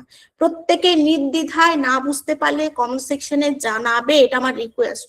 কারণ আমি কাউকে দেখতে পাচ্ছি না, তাই না? একমাত্র আমাদের কমিউনিকেশন কমেন্ট সেকশন। তো না বুঝতে পারলে অবশ্যই সেটা কমেন্ট সেকশনে জানাতে হবে, যে আরেকবার বলুন, বা বুঝতে পারছি না, বা আর একটা এক্সাম্পল দিন, এইটাই। আর পজিটিভটা তো বুঝেই গেছো। এক্সটেনশন হচ্ছে পুরস্কার না দিলে আচরণ কমে। আমি তোমাকে বারবার বলছি, আরে ভালো করে পড়ো তো, তোমার একটা ভালো গিফট দেবো। আবার পরের দিন বললাম, আরে ভালো করে পড়ো, ভালো গিফট দেবো। পরের দিন বললাম, আরে ভালো করে পড়ো, ভালো গিফট দেবো। বলতে বলতে বলতে বলতে 6 মাস শেষ, গিফট আর দিলাম না। কাজেই তোমার মন উঠে গেল, ধরো ম্যাডাম তো শুধু বলে, গিফট টিফট দেয় না, ভাল লাগে না। ও মুখেই বলে, কাজে কিছু করে না, এই একটা। তো পুরস্কার না দিলে আচরণ কমে, সেটা হচ্ছে এক্সটেনশন।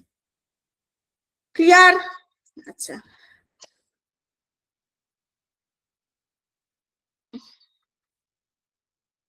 বেশ। বাচ্চাদের সামনে খারাপ ফলের দিকগুলো আচরণ করতে, মানে গুলো আলোচনা করতে হবে, ঠিক আছে। সেটা টপিকের উপর অবশ্যই নির্ভর করছে, ঠিক আছে। এবার দেখো, এখানে মানে স্কিনারের তত্ত্বে আমি আগে এই পেজটা একটু আলোচনা করে নিই, কারণ ওখানে তো একটা তত্ত্বমূলক বিষয় রয়েছে, সেটা একটু দেখে নিই। এখানে আমরা দেখতে পাচ্ছি যে স্কিনার যে পরীক্ষাটা করেছিলেন, একটা ইঁদুরকে নিয়েছিলেন। দেখো, আমি গল্পটা নিজের মতন করে বলি, তোমরাও নিজের মতো করে বোঝো। তারপরে যখন পিডিএফ শেয়ার করা হবে, পিডিএফ থেকে মন দিয়ে একবার করে পড়ে নেবে, পুরোটা ক্লিয়ার হয়ে যাবে। এবং আবারও বলছি, নোটস কিন্তু বোথ ল্যাঙ্গুয়েজেই প্রোভাইড করা হবে, ইংলিশে এবং বেঙ্গলি, বোথ ল্যাঙ্গুয়েজে তোমরা পাবে, যাতে টেট সিটের যে কোনো এক্সামে একদম ফুল প্রিপেয়ার হয়ে তোমরা বেরোতে পারো। তো এখানে আমরা দেখতে পাচ্ছি স্কিনার যে পরীক্ষাটা করেছিল, সেটা হচ্ছে স্কিনার বক্স। স্কিনার বক্সের মানে নামকরণ করা হয়েছে। এখানে যদিও একটু ডিট্যাচ রয়েছে পরীক্ষাটা, ব্যাপার যেটা, একটা ইঁদুরকে প্রথমে ঢোকানো হলো, এবং বাইরে মাছ বা মাংস বা কিছু একটা খাবার, তো মানে একটা ট্রে, মানে যেটা সিস্টেম এমনই ছিল যে ইঁদুরটা ওই স্কিনার বক্সের একটা নির্দিষ্ট জায়গায় প্রেস করলেই সামনে ট্রেতে খাবারটা চলে আসবে। তো প্রথম দিনের উদ্দেশ্য ছিল ইঁদুরকে খাঁচার মধ্যে ঢুকিয়ে পরীক্ষাটার সঙ্গে পরিচয় করানো, স্কিনারের উদ্দেশ্য। দ্বিতীয় দিন কি উদ্দেশ্য ছিল? দ্বিতীয় দিন সেম, ইঁদুরকে ঢুকিয়ে ওই খাবারটার সঙ্গে পরিচয় করানো হয়ে গেছিল। আচ্ছা, এরপর ক্ষুধার্ত ইঁদুরকে তৃতীয় দিন খাঁচার মধ্যে ঢোকানো হলো। তো ইঁদুরটা খাবার খাওয়ার আশায় ছটফট করতে লাগলো এবং বিশৃঙ্খল ভাবে ছোটাছুটি করতে লাগলো। কেন না? খাবার খেতে হবে, খিদে পেয়েছে, তো তখন তো খাবারই চাই, তখন তার গান গল্প ভালো লাগবে না। সেম এখানে, এবার ছটফট ছটফট ছটফট করতে করতে অনেকক্ষণ পর ওই নির্দিষ্ট জায়গায় চাপ পড়লো এবং খাবার এলো, খেলো। এইভাবে তৃতীয় দিন, চতুর্থ দিন, পঞ্চম দিন, কিছুদিন যাওয়ার পর দেখা গেল এই ইঁদুরকে খাঁচায় ঢোকানোর পর পরই কি হলো, খাঁচার দরজা খুলে গেল এবং ইঁদুরটা খাবার খেতে পারলো। এটার উদ্দেশ্য কি? দেখো, যত দিন যাচ্ছিল ইঁদুরটা কিন্তু পরীক্ষাটার সঙ্গে টোটালি পরিচয় হয়ে গেছিল, এবং সে খেয়াল করেছিল যে এই একটা নির্দিষ্ট জায়গায় চাপ দিলে খাঁচার দরজা খুলে যাবে এবং আমি খাবার খেতে পারবো, খাঁচার দরজা খুলে যাবে এবং আমি খাবার খেতে পারবো। তো সেম ভাবেই, এইভাবেই, মানে এটাই বলতে চেয়েছে যে একটা শিক্ষার্থী যত দিন যায় সে তত মানে ভুলগুলোকে রিজেক্ট করে সঠিকটাকে গ্রহণ করে। এটা কিন্তু একটা খুব গুরুত্বপূর্ণ কথা। এখানে সেটাই বলা আছে, মানে সেই কথাগুলোই পুঁথিগতভাবে বলা আছে আমার কথাগুলোই। যে স্কিনার বক্স একটা ট্রে আছে, ট্রেতে যন্ত্রের দ্বারা এমন ভাবে নিয়ন্ত্রণ করা যাতে বোতামের ওপর চাপ দিলে ট্রেতে খাবার চলে আসে। স্কিনার একটা ক্ষুধার্ত ইঁদুরকে তার বাক্সের মধ্যে প্রবেশ করান, ওই কথাগুলোই আছে। এবার বোতামে চাপ দেওয়ার প্রক্রিয়ার সম্ভাবনা বৃদ্ধি করছে শক্তিশালী উদ্দীপক খাদ্য। এভাবে বোতামে চাপ দেওয়া এবং খাবার খাওয়ার মধ্যে অনুবর্তন ঘটে। এই অনুবর্তনে ইঁদুরের সক্রিয়তা একান্তভাবে প্রয়োজন বলে সক্রিয় অনুবর্তন বলেন। আচ্ছা, এখানে একটা জিনিস তোমাদেরকে যেটা জিজ্ঞেস করব, যারা এতক্ষণ মন দিয়ে ক্লাস করেছো তারা আশা করতে পারবে। আর বেশ, আচ্ছা, শিক্ষাক্ষেত্রে এটা প্রয়োগের ব্যাপারে আমি আসছি, মানে শিক্ষাক্ষেত্রে কিভাবে প্রয়োগ করা যায় সেটা দেখবো, মানে এই তত্ত্বগুলো।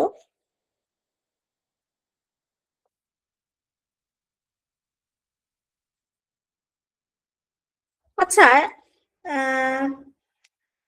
এখানে এত আলোচনার বিষয় রয়েছে, আমাকে একটু বলো এখানে উদ্দীপক কি, উদ্দীপক কি সেটা একটু আমাকে যদি কেউ বলো। উদ্দীপক এখানে কোনটা, প্রতিক্রিয়া কোনটা? উদ্দীপক এখানে কোনটা, প্রতিক্রিয়া এখানে কোনটা? একটু আমাকে কুইকলি একটু কমেন্ট সেকশনে একটু জানাও দেখি।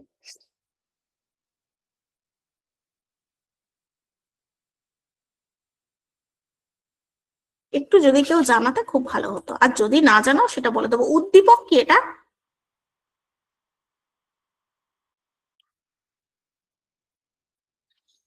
খাদ্য, খাদ্য উদ্দীপক, খাদ্য উদ্দীপক, খাবার উদ্দীপক, ঠিক আছে। যদি ধরেও নি বা যেটা বললে ঠিকই আছে, খাদ্য প্রাপ্তি উদ্দীপক, তাহলে প্রতিক্রিয়া কি? খাদ্য গ্রহণ যদি উদ্দীপক হয়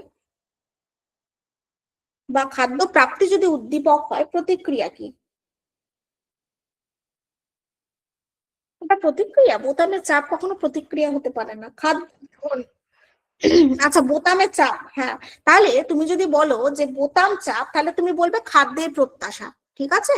আচ্ছা পূজা, তাহলে তুমি বলবে খাদ্যের প্রত্যাশা উদ্দীপক 1 আর বোতামে চাপ উদ্দীপক 2। এবার যদি বলি খাদ্য প্রাপ্তি, সেটা উদ্দীপক 2 এবং খাদ্য গ্রহণ সেটা উদ্দীপক 2, বা ওই সাড়া বা প্রতিক্রিয়া যাই বলি না কেন, এটা হলো আচ্ছা মানে ওই উদ্দীপক। খাদ্য এক কথায় খাদ্য, এবং খাবার গ্রহণ, খাদ্য গ্রহণ সেটা প্রতিক্রিয়া। আচ্ছা, একটা জিনিস, শক্তিদায়ী উদ্দীপক কি করে, মানে শক্তিদায়ী উদ্দীপক, শক্তিদায়ী উদ্দীপক বা প্রথমে বললাম যে ইনফোর্সমেন্ট বা শক্তিদায়ী উদ্দীপককে আমি যদি এখন তোমাদেরকে বলি যে দুটো ভাগে ভাগ করা যায়, একটা হচ্ছে পজিটিভ, একটা হচ্ছে নেগেটিভ, ধনাত্মক ঋণাত্মক। তো ধনাত্মক শক্তিদায়ী উদ্দীপক কি করে, মনে রাখবে, আচরণকে শক্তিশালী করে। খাবার খাওয়ার জন্যই কিন্তু ইঁদুরটা ছটফট করতো, তাহলে খাবারটা এখানে কি শক্তিদায়ী উদ্দীপক। কি বললাম, শক্তিদায়ী উদ্দীপক হচ্ছে খাদ্য, শক্তিদায়ী উদ্দীপক হচ্ছে খাদ্য, যেটা কিনা আমাদের আচরণকে শক্তিশালী করে। যে আমি যে ছটফট করছি খাবার খাওয়ার জন্যই তো, এমনি এমনি তো নয়। খাদ্য কিন্তু আমাদের কাছে বা ক্ষুধার্ত ইঁদুরের কাছে বা ক্ষুধার্ত ব্যক্তির কাছে ধনাত্মক শক্তিদায়ী উদ্দীপক, আর ঋণাত্মক শক্তিদায়ী উদ্দীপক কি প্রাণীর কাছে অবাঞ্ছিত হয়। হ্যাঁ, অপযশ, নিন্দা, এগুলো হচ্ছে ধনাত্মক শক্তিদায়ী উদ্দীপক। বেশ, তাহলে এটুকু নিয়ে আশা করি কোনো সমস্যা কারণ নেই, যদি থাকে একটু কমেন্ট সেকশনে বলতে পারো। এখন আমরা একটু আলোচনা করব যে এটা শিক্ষা ক্ষেত্রে কিভাবে প্রয়োগ করা যায়। আমি সম্পূর্ণ নিজের মতন আলোচনা করব, তোমরা একটু মন দিয়ে বুঝবে যে কিভাবে শিক্ষা ক্ষেত্রে প্রয়োগ করা যায়। সক্রিয় অনুবর্তন নীতি বর্তমানে শিক্ষা ক্ষেত্রে নানাভাবে ব্যবহৃত হচ্ছে। আচ্ছা, প্রথমত আমাকে বলো, এই স্কিনারের অনুবর্তন তত্ত্ব বা স্কিনারের সক্রিয় অনুবর্তন তত্ত্ব, এটা স্কিনার যে পরীক্ষাটা করেছিল, এটা কি পরিকল্পিত না অপরিকল্পিত? আগে আগে একটু বোঝো, এই প্রশ্নগুলো করি, তোমরা ভাবো, তাহলে উত্তর পেয়ে যাবে। পরিকল্পিত। স্কিনার বক্স, ইঁদুরকে বা পায়রাকে খাঁচায় ঢোকানো, অনেক জায়গায় পায়রা আছে যে আমরা ইঁদুরটাই নিলাম, খাঁচায় ঢোকানো, বিশৃঙ্খল ছোটাছুটি করা, খাবার পাওয়া, এটা তো পরিকল্পিত নাকি? তাহলে আমাদের শিক্ষাদান প্রক্রিয়াটাও হবে পরিকল্পিত। কে বলেছে? বলেছে স্কিনার। শিক্ষাদান প্রক্রিয়া হবে পরিকল্পিত। বেশ, এবার আরেকটা কথা ভাবো, একটু আগে যে গল্পটা আমরা দেখলাম, পরীক্ষামূলক গল্প, সেখানে আমরা দেখলাম যে ওই ইঁদুরটা বিশৃঙ্খল ছোটাছুটি করছিল, এবং করতে করতে কি হলো, একটা দিন এমন এলো যে ভুল ছোটাছুটি বাদ দিল এবং সঠিক জায়গাতেই প্রেস করলো, এবং খাবার কি হলো, খাদ্য প্রাপ্তি হলো। তাহলে এখানে আরেকটা ব্যাপার কি, আচরণ সংশোধন, সেটা প্রচেষ্টার মাধ্যমে। দুটো মিলল, পরীক্ষার সঙ্গে দুটো মিলল, পরিকল্পিত শিক্ষণ পদ্ধতি এবং আচরণ সংশোধন কৌশল মিলে গেল। তাহলে পরিকল্পিত শিক্ষণ পদ্ধতি স্কিনারের সক্রিয় অনুগত্য নীতিকে ভিত্তি করে এই যুগান্তকারী শিক্ষণ পদ্ধতি রূপ পেয়েছে। পরিকল্পিত শিক্ষণ পদ্ধতি হলো পরিকল্পিতভাবে বা ক্ষুদ্র ক্ষুদ্র স্তরের মধ্য দিয়ে চূড়ান্ত লক্ষ্যে পৌঁছানো। আছে এখানে পেডাগজি একটু রিলেট করি।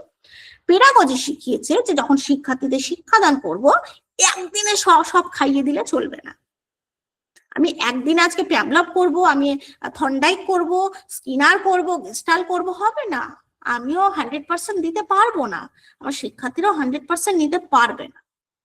ঠিক তেমনি একটা বিষয়কে ক্ষুদ্র ক্ষুদ্র স্তরের মধ্য দিয়ে শিক্ষার্থীদের চূড়ান্ত লক্ষ্যে পৌঁছতে হবে। যে বিষয়টি শিক্ষার্থীরা শিখবে সেই বিষয়টি শিক্ষার্থীদের ক্ষুদ্র ক্ষুদ্র অংশে ভাগ করা হবে, একে বলা হয় ফ্রেম। এই জায়গাটা মনে রাখবে, ফ্রেম কাকে বলে, মানে একটা সামগ্রিক বিষয়কে যখন শিক্ষার্থীদের সামনে ক্ষুদ্র ক্ষুদ্র ভাবে উপস্থাপন করব, তখন সেটা হবে ফ্রেম। তো প্রত্যেকটা ফ্রেম এমন ভাবে তৈরি করা হয় যাতে শিক্ষার্থীরা অধিকাংশ নিজেই পারে, নিজেই উত্তর দিতে পারে। প্রয়োজনে ভিডিও টেপ রেকর্ডারে ব্যবহার হতে পারে। প্রতিটি অংশ বা ফ্রেম পর্যায়ক্রমে শেখে, প্রতিটি অংশই প্রশ্ন থাকে, এটাই। তো ওভাবে অত আসে না, শুধু মনে রাখবে যে ফ্রেম এটা হচ্ছে একটা সামগ্রিক বিষয়কে শিক্ষার্থীদের সামনে ক্ষুদ্র ক্ষুদ্র ভাবে উপস্থাপন করা, এটা হচ্ছে ফ্রেম। এখানে এটা আচরণ সংশোধন, মানে আমরা দেখতে পেলাম যে এখানে কি হবে, ভুল আচরণ। আচ্ছা, এটা হ্যাঁ, আচরণ সংশোধন মানে এখানে কি হবে, ভুল আচরণ বাদ দিয়ে সঠিক আচরণটাকে একদম জীবনে নিয়ে নেওয়া। ভুল আচরণটাকে বাদ দিয়ে সঠিক আচরণটা জীবনে নিয়ে নিতে হবে।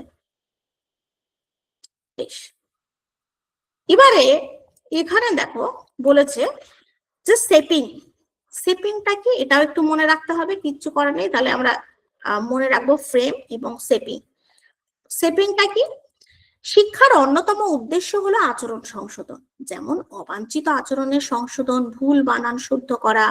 সক্রিয় অনুবর্তনের অন্যতম নীতি হলো সেপিং। এখানে কি হয়, এই নীতির সাহায্যে শক্তিদায়ী উদ্দীপককে সুষ্ঠুভাবে ব্যবহার করে শিক্ষার্থীর অবাঞ্ছিত আচরণ এবং অভ্যাস ধীরে ধীরে সংশোধন করা হয়। যেমন কি, একটা ধরো এখানে একটা কি এক্সাম্পল দিতে পারা যায়, সেপিং এ আমরা কি এক্সাম্পল দিতে পারি, যেখানে শিক্ষার্থীদের অবাঞ্ছিত আচরণটাকে ধীরে ধীরে সংশোধন করা হয় শক্তিদায়ী উদ্দীপকের সাহায্যে। শক্তিদায়ী উদ্দীপক কি, যে কাজটা করতে আমরা ইন্টারেস্ট পাই, আনন্দের সাথে করি, ভালোবাসার সাথে করি। দরকার হলে স্মাইল দিয়ে আমাকে করাতে হবে। আচ্ছা, আমাকে স্যার বললো যে তুমি যদি এই বানানটা আর ভুল না করো তাহলে আমি তোমাকে স্মাইল দেব, তুমি যদি এই বানানটা আর ভুল না করো আমি তোমাকে স্মাইল দেব। মানে একটা শক্তিদায়ী উদ্দীপককে সুষ্ঠুভাবে ব্যবহার করে শিক্ষার্থীর অবাঞ্ছিত আচরণ এবং অভ্যাস ধীরে ধীরে সংশোধন করা, এটা হচ্ছে সেপিং। মানে এটা মনে রাখবে, ভুল সংশোধন, আর ফ্রেম হচ্ছে সামগ্রিক বিষয়কে শিক্ষার্থীদের সামনে ক্ষুদ্র ক্ষুদ্র ভাবে উপস্থাপন করা। এবার শক্তিদায়ী উদ্দীপকের সাহায্যে শিক্ষাবিধিকে দূর করা, অবাঞ্ছিত আচরণকে তাৎক্ষণিক শক্তিদায়ী উদ্দীপকের মাধ্যমে শক্তিশালী করা। আমাকে বলো, এটুকু নিয়ে তোমাদের কারোর কোথাও কি কোনো সমস্যা আছে? যতটা হলো এটুকু নিয়ে কি কারোর কোথাও কোনো সমস্যা আছে? দেখো, এবার এই একটা জায়গা আমরা দেখতে পাচ্ছি, সেটা হচ্ছে যে স্কিনারের অপারেন্ট কন্ডিশনিং তত্ত্ব। ভালো করে দেখো, এখানে বলা হচ্ছে অ্যাট প্লেজেন্ট স্টিমুলাস, মানে শিক্ষার্থীদেরকে উদ্দীপিত করা। কিভাবে উদ্দীপিত করছে দেখো, ভালো করে দেখো। যে এ হয়তো পড়াশোনা করেছে, কোনো কারণে ভালো রেজাল্ট করেছে বা ভালো পেরেছে, তাই তার টিচার বা তার পরিবারের কেউ তাকে একটা সুন্দর গিফট দিচ্ছে, যেটা কিনা পজিটিভ রিইনফোর্সমেন্ট। পজিটিভ রিইনফোর্সমেন্ট, যাতে তার এই পজিটিভ কাজটা বা সঠিক আচরণটা সে আবার করে, মানে এটা তার জন্য ভালো, যাতে এই আচরণটা সে আবার করে, এটা হচ্ছে পজিটিভ রিইনফোর্সমেন্ট। সুন্দর আচরণকে ধরে রাখা বা আগ্রহটা জাগানো। নেগেটিভ কি? হয়তো বাচ্চাটা কোনো কারণে খেলনা ছড়িয়েছে, কিন্তু দেখো তার মা ওকে বকাঝকা করছে। কেন বকাঝকা করছে? ছড়িয়ে রেখেছে। এবার রিমুভ অ্যাভার্সিভ স্টিমুলাস, মানে বিরূপ আচরণ সরাতে বলছে। তো এক্ষেত্রে নেগেটিভ কি? ও খেলনা কি হবে, আনন্দ করে খেলতো, কিন্তু ও বাচ্চাটা আনন্দ করে, মানে বকার ভয়ে হয়তো আর আনন্দ করে খেলতে পারবে না, মা বলছে গুছিয়ে রাখার জন্য।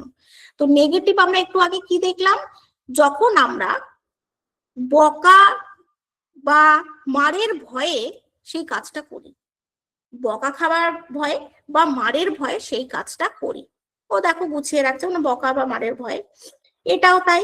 এবং রিমুভ প্লেজেন্ট স্টিমুলাস, মানে একটা শান্তিদায়ক উদ্দীপক সরাতে বলছে। শান্তিদায়ক উদ্দীপক বলতে হাতে ফোন, যেটাই শিক্ষার্থীর ওপর খারাপ প্রভাব ফেলছে, তাই তো, এটা সরাতে বলছে। তো এত কিছুর পর আমরা কি কি দেখলাম?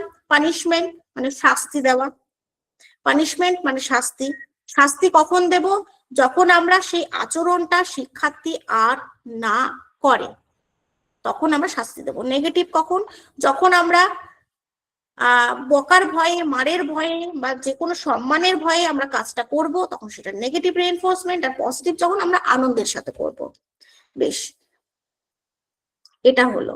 আর আরেকটা যেটা থিওরি অফ অপারেন্ট কন্ডিশনিং, স্কিনারের মতে মনস্তত্ত্বের উদ্দেশ্য হলো প্রাণীর আচরণকে নিয়ন্ত্রণ করা। স্কিনারের মতে আচরণ দু ধরনের, একটা হচ্ছে রেসপন্ডেন্ট, রেসপন্ডেন্ট মানে প্রতিক্রিয়া, আর একটা হচ্ছে অপারেন্ট।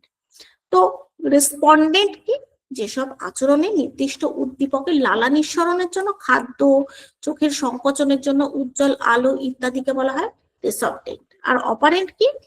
যেসব প্রতিক্রিয়ার নির্দিষ্ট কোনো উদ্দীপক নেই, তাকে বলা হয় অপারেন্ট জাতীয় আচরণ। আচ্ছা, এই অপারেন্ট আর রেসপন্ডেন্টের একটা এক্সাম্পল কেউ দিতে পারবে? যদি নিজেদেরকে দিয়ে একটা অপারেন্ট আর রেসপন্ডেন্টের একটা এক্সাম্পল দাও,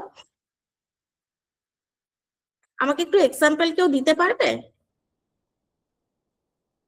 যদি একটু নিজেরা একটু ভেবে একটু মানে একটা এক্সাম্পল দিতে খুব ভালো হতো, আর নইলে তো আমি আছি।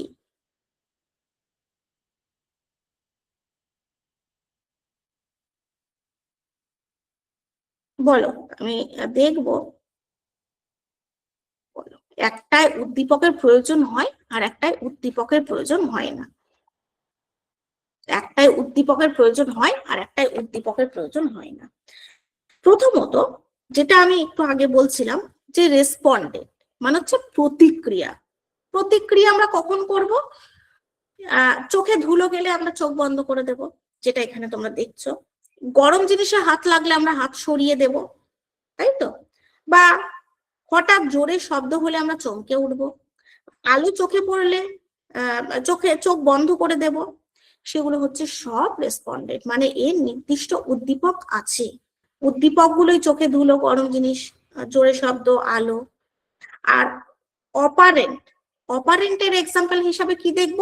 এর কোনো উদ্দীপক নেই, এর কোনো উদ্দীপক নেই, মানে আমরা কোনো উদ্দীপকের জন্য এখানে কাজ করি না।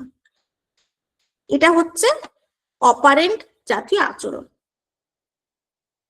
বোঝা গেল?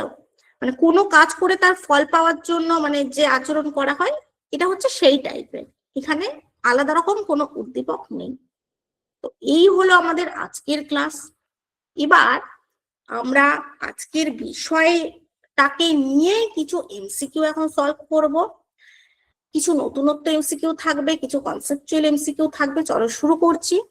প্রথমেই দেখব, কারিগরি বিদ্যা বিকাশে গুরুত্বপূর্ণ ভূমিকা পালন করে স্কিনারের অপারেন্ট অনুবর্তন, প্যাভলভের প্রাচীন অনুবর্তন, মার্কলের দৃষ্টিভঙ্গি, জ্ঞাপনের দৃষ্টিভঙ্গি, কারিগরি বিদ্যা বিকাশে। এবার এটা সত্যি একটা নতুনত্ব এমসিকিউ, যে কারিগরি বিদ্যার সঙ্গে কোন তত্ত্বটা ইম্পর্টেন্ট, এটা যদি কেউ জেনে থাকো একটু বলো। ক্লাসে কে কে চিন্তা, মানে কে কে বিষয়গুলো নিয়ে চিন্তা করেছো? ক্লাসে কে কে বিষয়গুলো নিয়ে চিন্তা করেছো? কেউ করেছো? আচ্ছা, অপশন এ। বেশ, সঠিক উত্তর স্কিনারের অপারেন্ট অনুবর্তন তত্ত্ব। কারণ আমরা দেখেছি শিক্ষাক্ষেত্রে প্রয়োগটা আমরা দেখেছি প্র্যাকটিস বেস, পরিকল্পনা বেস, সামগ্রিক বিষয়কে ক্ষুদ্র ক্ষুদ্র ভাবে উপস্থাপন করা, এবং অবশ্যই কিন্তু এটা মনে রাখতে হবে এটা কিন্তু প্র্যাকটিস বেসও। যত প্র্যাকটিস করবে তত হবে, এবং যখন প্র্যাকটিস করবে না তখন এক্সটেনশন হয়ে যাবে। আচ্ছা, পরের প্রশ্নটা একটু মন দিয়ে দেখবে। হ্যাঁ, সাধারণভাবে একটা মানব শিশু মুখে অর্থহীন শব্দ বলতে বলতে কখনো যদি মা শব্দটির উচ্চারণ করে এবং যদি তখন তাকে মা আদর করে, তাহলে সে পরবর্তীতে ওই শব্দটি আবার উচ্চারণ করেন। এই ক্ষেত্রে মায়ের প্রতিক্রিয়া শিশুর কাছে কি? শক্তিদায়ী উদ্দীপক, শক্তিদায়ক প্রতিক্রিয়া, প্রবেশিকা আচরণ, প্রাথমিক আচরণ। খুব সোজা প্রশ্ন, খুবই সোজা প্রশ্ন। আমি তো বলছি যারা প্রথম থেকে ক্লাসটা করেছে তারা প্রত্যেকে সঠিক উত্তর দেবে এটা, বা এই টাইপের এমসিকিউ যদি কোথাও পাও প্রত্যেকে সঠিক উত্তর কিন্তু দিতে পারবে। বলো। আচ্ছা, এটা কোয়েশ্চেন নাম্বার 2। হ্যাঁ,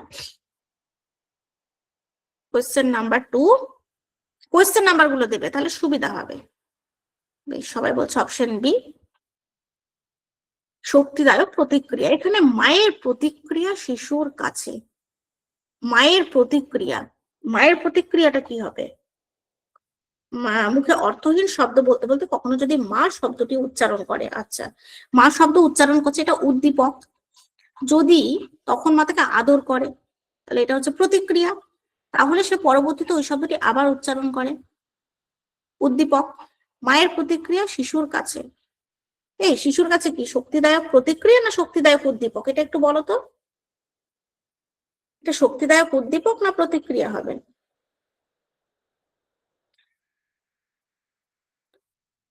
বলো। এটা কিন্তু একটু ভেবে চিন্তে বলবে। হ্যাঁ,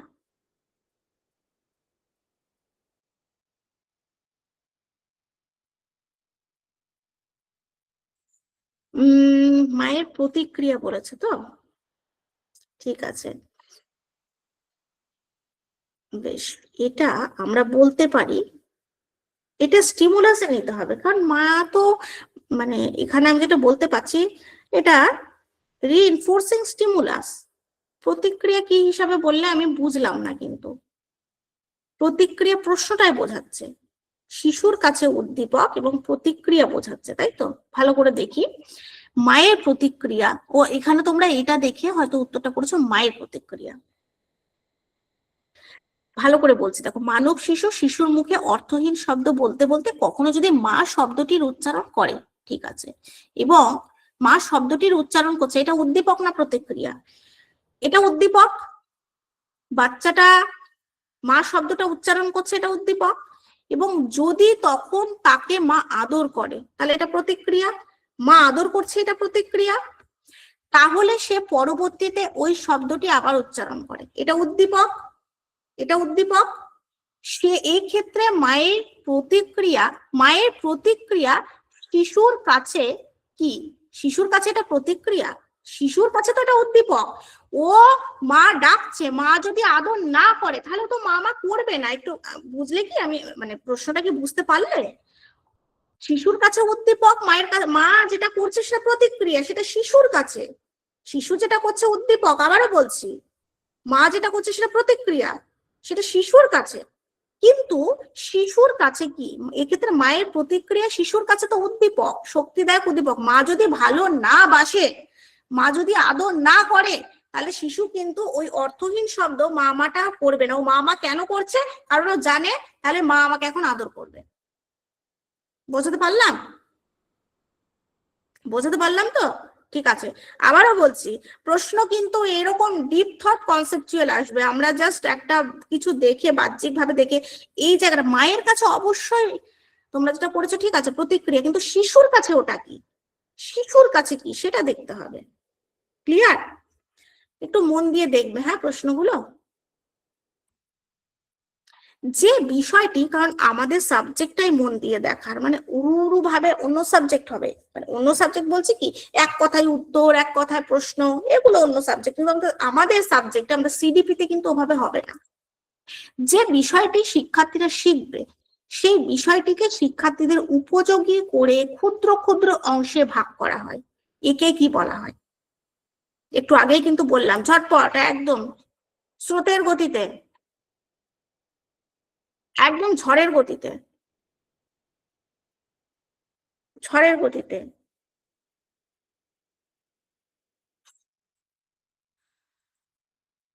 প্রেম। কোয়েশ্চেন নাম্বার 4 তো, কোয়েশ্চেন নাম্বার গুলো একটু এদিক ওদিক আছে। আচ্ছা, ক্ষুদ্র ক্ষুদ্র ভাবে ফ্রেম। চলো কোয়েশ্চেন নাম্বার 5। সক্রিয় অনুবর্তনের অন্যতম নীতি হলো সেপিং, যার দ্বারা বোঝানো হয় শক্তিদায়ী উদ্দীপককে সুষ্ঠুভাবে ব্যবহার করা, শিক্ষার্থীদের অবাঞ্ছিত আচরণ রোধ, অভ্যাস ধীরে ধীরে সংশোধন, না সবকটি? বলো। এটা একটু সুন্দর করে প্রশ্নটা পড়ে সুন্দর করে উত্তর দাও, কুইক। আচ্ছা, অপশন ডি। তুমি শুধু বলছো বি, সবাই বলছে বি। ঠিক আছে, অসুবিধা নেই, ভালো করে দেখো। সেপিং তোমাদের বলেছিলাম যে অভ্যাস ধীরে ধীরে সংশোধন। তোমরা একটু মন দিয়ে কেন ভাবছো না, অত ছেলে খেলার বিষয় এটা নয়, বারবার বলছি। আমাদের মন দিয়ে পড়তে হবে, মন দিয়ে মনোযোগটা রাখতে হবে। দেখো, অভ্যাসটা ধীরে ধীরে কখন সংশোধন হবে? অভ্যাসটা ধীরে ধীরে সংশোধন আমরা দেখেছিলাম সেপিং, সেটা কখন হবে? শিক্ষার্থীর অবাঞ্ছিত আচরণও রোধ হবে, শক্তিদায়ী উদ্দীপককে যদি সুষ্ঠুভাবে ব্যবহার করতে পারি। দেখো, আমি আবারও বলছি, যদি আমরা মানে আমরা স্কিনার যে পরীক্ষাটা করেছিলেন সেই পরীক্ষাতে যাই, পরীক্ষাতে কি দেখবে, যদি ইঁদুরটিকে ট্রেতে খাবার না দেয়া হতো, তাহলে কি ও চেষ্টা করতো, লম্ফঝম্প করতো, নির্দিষ্ট জায়গায় চাপ দিত, খাবারের জন্য লাফালাফি করতো? হ্যাঁ কি না? করতো না তো। তো শক্তিদায়ী উদ্দীপককেও তো সুষ্ঠুভাবে ব্যবহার করতে হবে। শক্তিদায়ী উদ্দীপককে সুষ্ঠুভাবে ব্যবহার না করে তো হবে না। খাবার না দিলেও থোড়ি লাফালাফি করতো? করতো? করতো না। আজকে আমি ভালো ক্লাস প্রোভাইড না করলে তোমরা আমার ক্লাস আর দেখবে?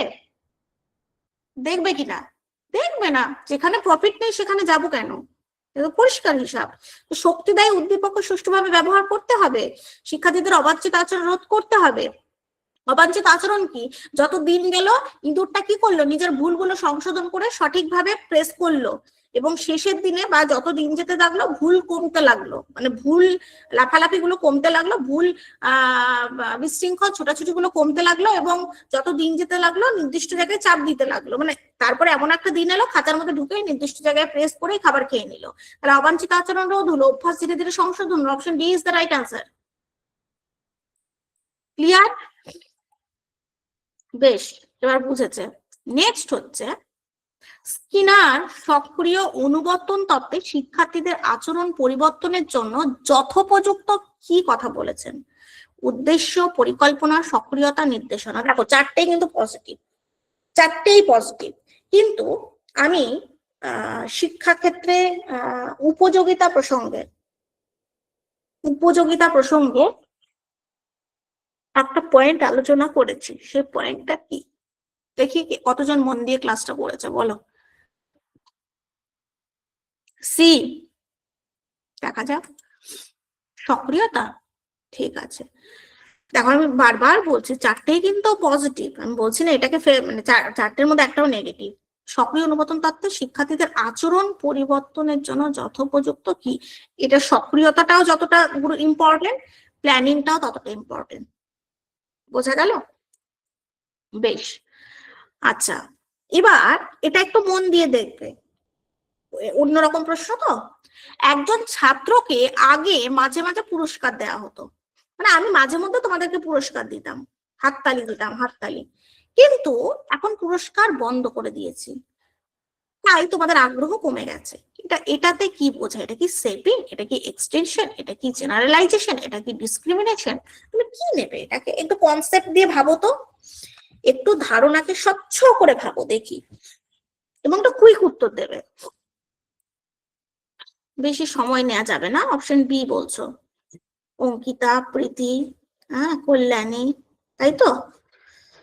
সুইটি, চলো দেখে নিচ্ছি আমি যে কটা উত্তর পেয়েছি। বা এক্সটেনশন, যখন আমি খাবার দেব না, বা প্রতিদিন তোমাদেরকে বলা হচ্ছে 7টায় ক্লাস হবে, 9টায় ক্লাস হবে, 8টায় ক্লাস হবে, ক্লাস একদিনও পাচ্ছ না, তোমরা লাস্ট কালে জয়েনই করবে না। প্রতিদিন ইঁদুরকে খাবার দেয়া দরকার ট্রেতে, কিন্তু প্রতিদিন ক্ষুধার্ত ইঁদুরকে ঢোকানো হচ্ছে, খাবার দেওয়া হচ্ছে না, তাহলে অভ্যাস যেখানে নষ্ট হয়ে যাবে, বন্ধ হয়ে যাবে, সেটাকে এক্সটেনশন বলে। বা অপানুবর্তনও পাবে। যখন আমরা প্যাভলভের তত্ত্বটায় যাব, তখন আমি অপানুবর্তন কি আরেকটু সুন্দরভাবে আলোচনা করে নেব। এবার দেখো, একজন শিক্ষক দেরি করে এলে অতিরিক্ত ক্লাস করান, এরপর ছাত্ররা সময় মতো আসতে শুরু করে। এটা কোনটা? এটা কি পজিটিভ, এটা নেগেটিভ, এটা পানিশমেন্ট, এটা ইনসাইট? আচ্ছা, ক্লাস শুরু 8টায়, সব জয়েন করছো 8:15 তো 20-তে, চলো আজকে 9টা পর্যন্ত ক্লাস হবে, এই সরি 10টা পর্যন্ত ক্লাস হবে, এবং ক্লাসে থাকতে হবে, না থাকলে কি হবে? কিছু একটা শাস্তি দেবো, বা কিছু একটা অপমান করব, বা কিছু একটা করব। তো এটা কি ধরনের রেইনফোর্সমেন্ট বলো দেখি, দেখে নি এ কি। আমি একটা কথা বলি, এখনো কিন্তু তোমাদেরকে অনেক পড়তে হবে। কথাটা আমার ভালোভাবে নাও, খারাপ ভাবে নাও, কিচ্ছু নয়, তোমরা চাইলে ভালোভাবেও নিতে পারো, চাইলে খারাপ ভাবেও নিতে পারো, তবে তোমাদের উত্তরের তো আমি দেখছি তোমাদের কিন্তু এখনো অনেক অনেক পড়তে হবে, কিচ্ছু করার নেই, সেটা আমার হাতে নেই। বেশ, তোমরা শুধুমাত্র একটা সঠিক উত্তর না, একটা সঠিক উত্তর দেয় চোখে পড়েনি আমার, হয়তো কেউ দিয়েছে। দেখো, একজন শিক্ষক দেরি করে এলে অতিরিক্ত ক্লাস করান, এরপর ছাত্ররা সময় মতো আসতে শুরু করে। আমি তোমাদের এতবার করে বললাম যে নেগেটিভ রেইনফোর্সমেন্ট কি? যখন আমরা কোনো কিছু এড়াতে কোনো কিছু করি, কোনো কিছু এড়িয়ে যাওয়ার জন্য কিছু করি, আমি আমি বকা খাওয়া এড়াতে আমি হোমওয়ার্ক করছি, আমি মায়ের পিটুনি খাওয়ার ভয়ে আমি ক্লাস ওয়ার্ক করছি, কিছু এড়িয়ে যেতে কিছু করছি। তো এখানে তো সেই রকম, যে দেরি করে এলে অতিরিক্ত ক্লাস করান, আমি অতিরিক্ত ক্লাস করব না, আমি ভয়ে, বা আমি অতিরিক্ত ক্লাস করা এড়িয়ে যেতে আমি সময় মতো আসতে শুরু করছি। এটা পজিটিভ হয় কি করে বলো? এটা পজিটিভ হয় কি করে? যুক্তি দাও, আবার চিন্তা শক্তির বিকাশ ঘটাও দেখি, বোঝা গেল কি বলছি আমি? এটা হবে অপশন বি, নেগেটিভ রিইনফোর্সমেন্ট, যে আমি কোনো কিছু এড়িয়ে যেতে কিছু করছি, আমি অতিরিক্ত ক্লাস করব না বলে আমি সময় মতো আসছি। বেশ, এরপরে আচ্ছা, তো এই হচ্ছে আমাদের আজকের ক্লাস। পজিটিভ, তাই পজিটিভ মানে কি? যখন আমি আনন্দ করে কিছু করছি, আমাকে তুমি পুরস্কার দিচ্ছ, আমি সেই আনন্দে করছি, এটা পজিটিভ।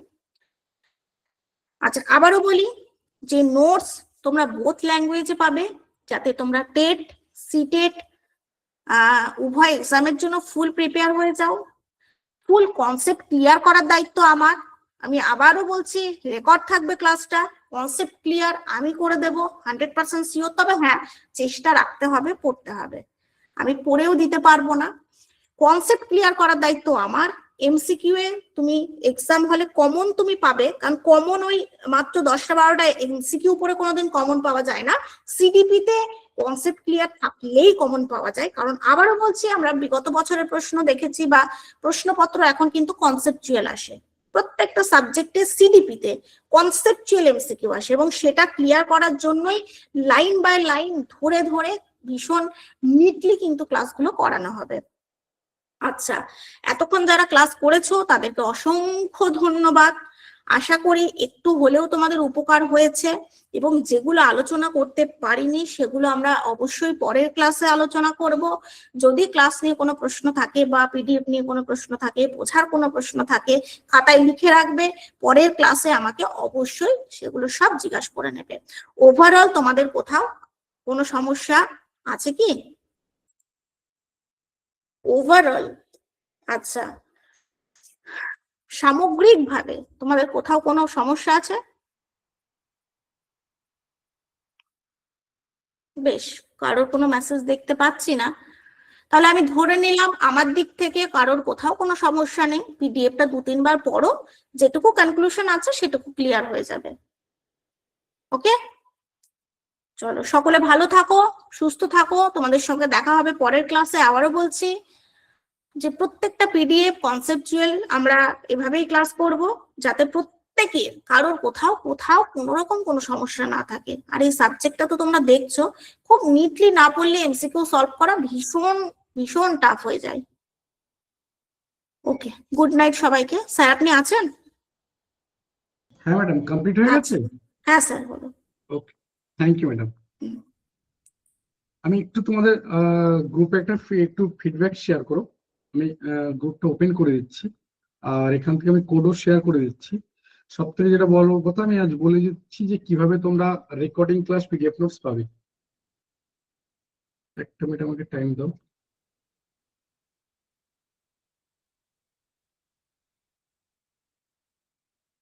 ম্যাডাম আপনার এটা স্ক্রিনটা বন্ধ করবো?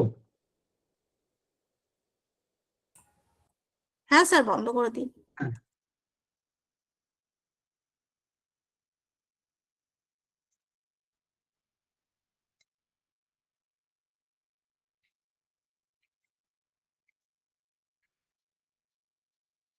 আশা করি সবাই স্ক্রিনটা দেখতে পাচ্ছ। আমি কোডে চলে যাচ্ছি, কোড নেক্সট পেজে রয়েছে।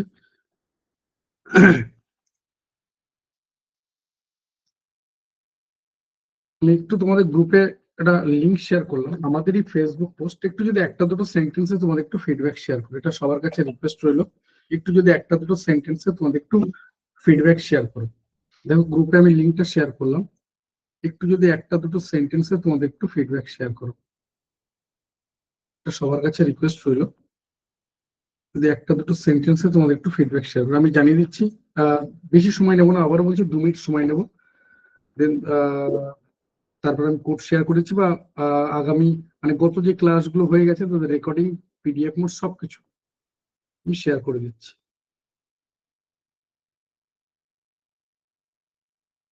একটু যদি একটা দুটো সেন্টেন্সে তোমাদের একটু ফিডব্যাক শেয়ার করো।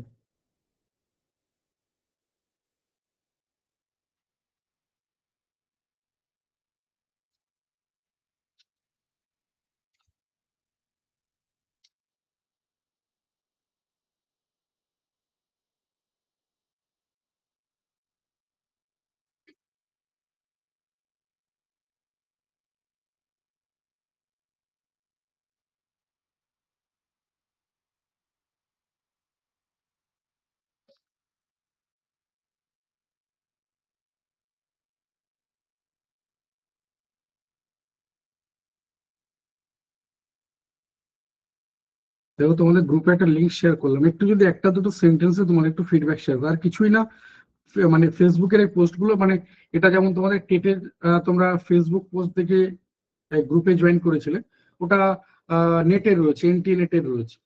একটু তোমাদের থেকে সাপোর্ট পেলে হয়তো ওই পোস্টের আর একটু রিচ পাওয়া যাবে, আর কিছুই না। তো তোমাদের থেকে কিছু পজিটিভ ফিডব্যাক, যেটা আমাদের পোস্টটাকে আরেকটু বেশি রিচ দেবে, এই এতটুকু যদি হেল্প পাওয়া যায় তোমাদের থেকে খুব সুবিধা হয়। যদি একটা দুটো সেন্টেন্স একটু ফিডব্যাক শেয়ার করো। Preeti Sinha, thank you Preeti, thank you so much এত বড় করে লেখার জন্য। Thank you so much Preeti, Preeti Sinha. একটু যদি একটা দুটো সেন্টেন্সে তোমাদের একটু ফিডব্যাক শেয়ার করো, এটা সবার কাছে রিকোয়েস্ট রইলো। একটু যদি একটা দুটো সেন্টেন্সে একটু ফিডব্যাক শেয়ার করো। আমার Mita Kundu, thank you so much. একটু প্লিজ যদি একটা দুটো সেন্টেন্সে তোমাদের একটু ফিডব্যাক শেয়ার করো। গ্রুপে দেখো লিঙ্কটা আমি শেয়ার করে দিয়েছি, আর আমি একদম এক্সট্রা সময় নেব না, আর 1 মিনিটেরও কম সময়ের মধ্যে আমি কোড শেয়ার করে দিচ্ছি। একটু যদি তোমরা একটা দুটো সেন্টেন্সে তোমাদের একটু ফিডব্যাক শেয়ার করো, আমি একটু এক্সট্রা সময় নেব না, যদি একটা দুটো সেন্টেন্সে একটু তোমরা ফিডব্যাক শেয়ার করো, এটা সবার কাছে রিকোয়েস্ট রইলো। একটু যদি একটা দুটো সেন্টেন্সে তোমাদের একটু ফিডব্যাক শেয়ার করো। গ্রুপে দেখো আমি লিঙ্ক পাঠিয়ে দিলাম, মানে পাঠিয়ে দিয়েছি already.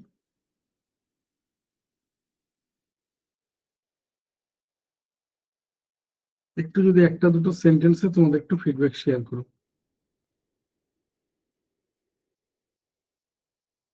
Rimi, thank you so much. Somnath Maiti, thank you so much. একটু যদি একটা দুটো সেন্টেন্সে তোমাদের একটু ফিডব্যাক শেয়ার করো। অঙ্কিতা দে, অঙ্কিতা দে, থ্যাংক ইউ অঙ্কিতা। একটু যদি একটা দুটো সেন্টেন্সে তোমাদের একটু ফিডব্যাক শেয়ার করো।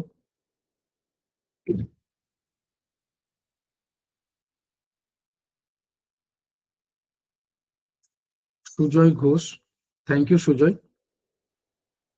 একটু যদি একটা দুটো সেন্টেন্সে দেখো তোমাদের একটু ফিডব্যাক শেয়ার করো। আমি কোর্টে চলে যাচ্ছি। Shikha Pal, thank you so much Shikha, thank you Shikha Pal. একটু যদি একটা দুটো সেন্টেন্সে তোমাদের একটু ফিডব্যাক শেয়ার করো। আর যেটা বলা, শুধুমাত্র টাইপ করে পাঠাবে, কোনো রকম স্ক্রিনশট বা ছবি তুলে পাঠাবে না, যেটা রেগুলার বলা হয়। আচ্ছা, এটা জানিয়ে রেখি যে আজ তোমাদের 5 দিনের পরপর ক্লাস হয়ে গেল।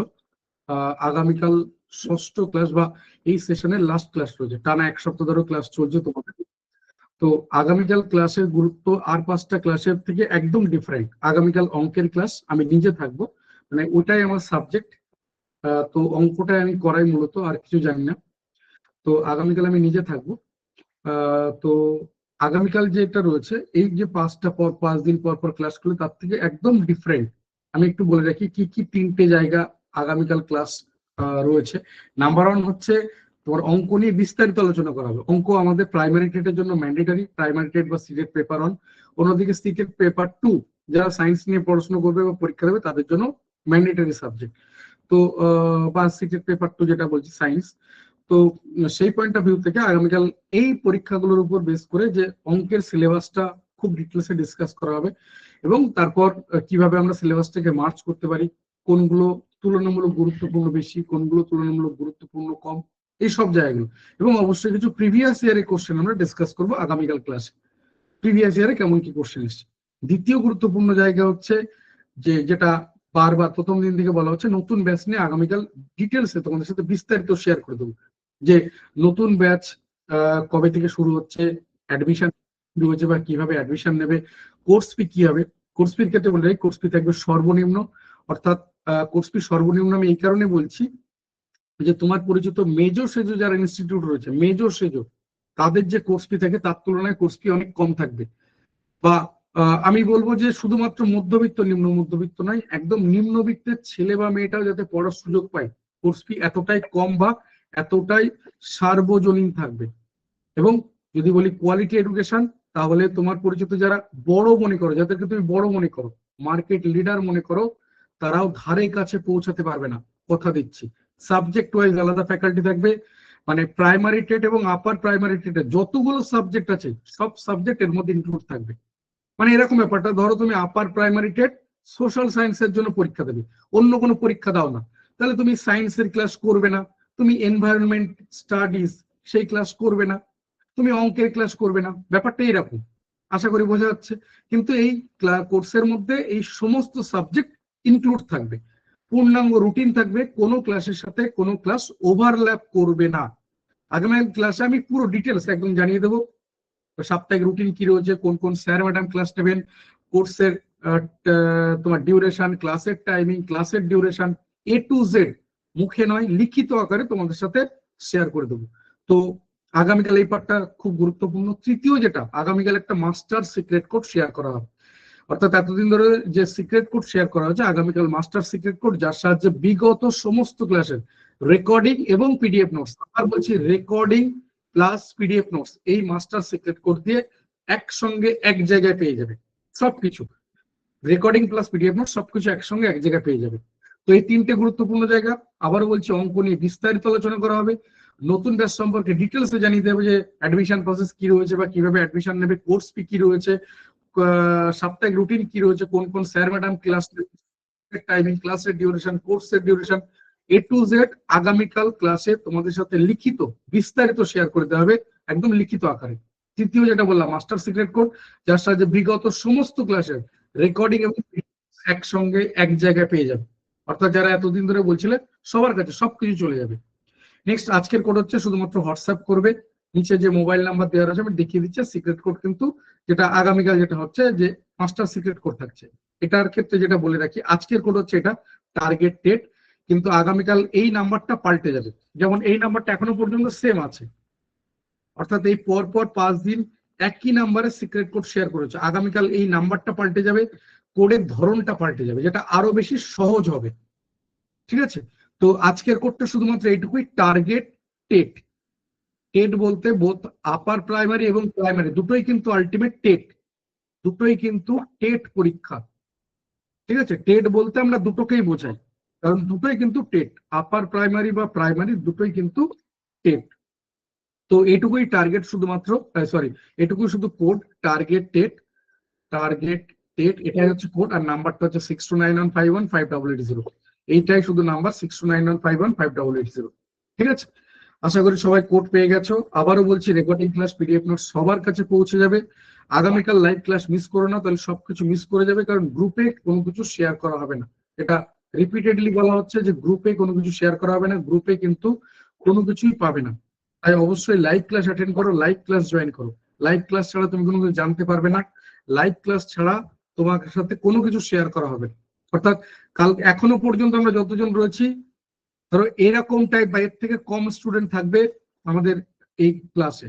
অর্থাৎ আমাদের কোনো গরুর গোয়াল বলে কোনো কিছু নেই যে একই ব্যাচের মধ্যে একই কোর্সের মধ্যে সবকিছু পড়ানো হচ্ছে, একদম না। এটা ডেডিকেটেড টেট সিটেটের ব্যাচ, ডেডিকেটেড টেট সিটেটের ব্যাচ, অর্থাৎ primary TET, upper primary TET, CTET paper 1 paper 2, শুধু এইগুলোই কভার হবে, আর অন্য কোনো কিছু কভার হবে না।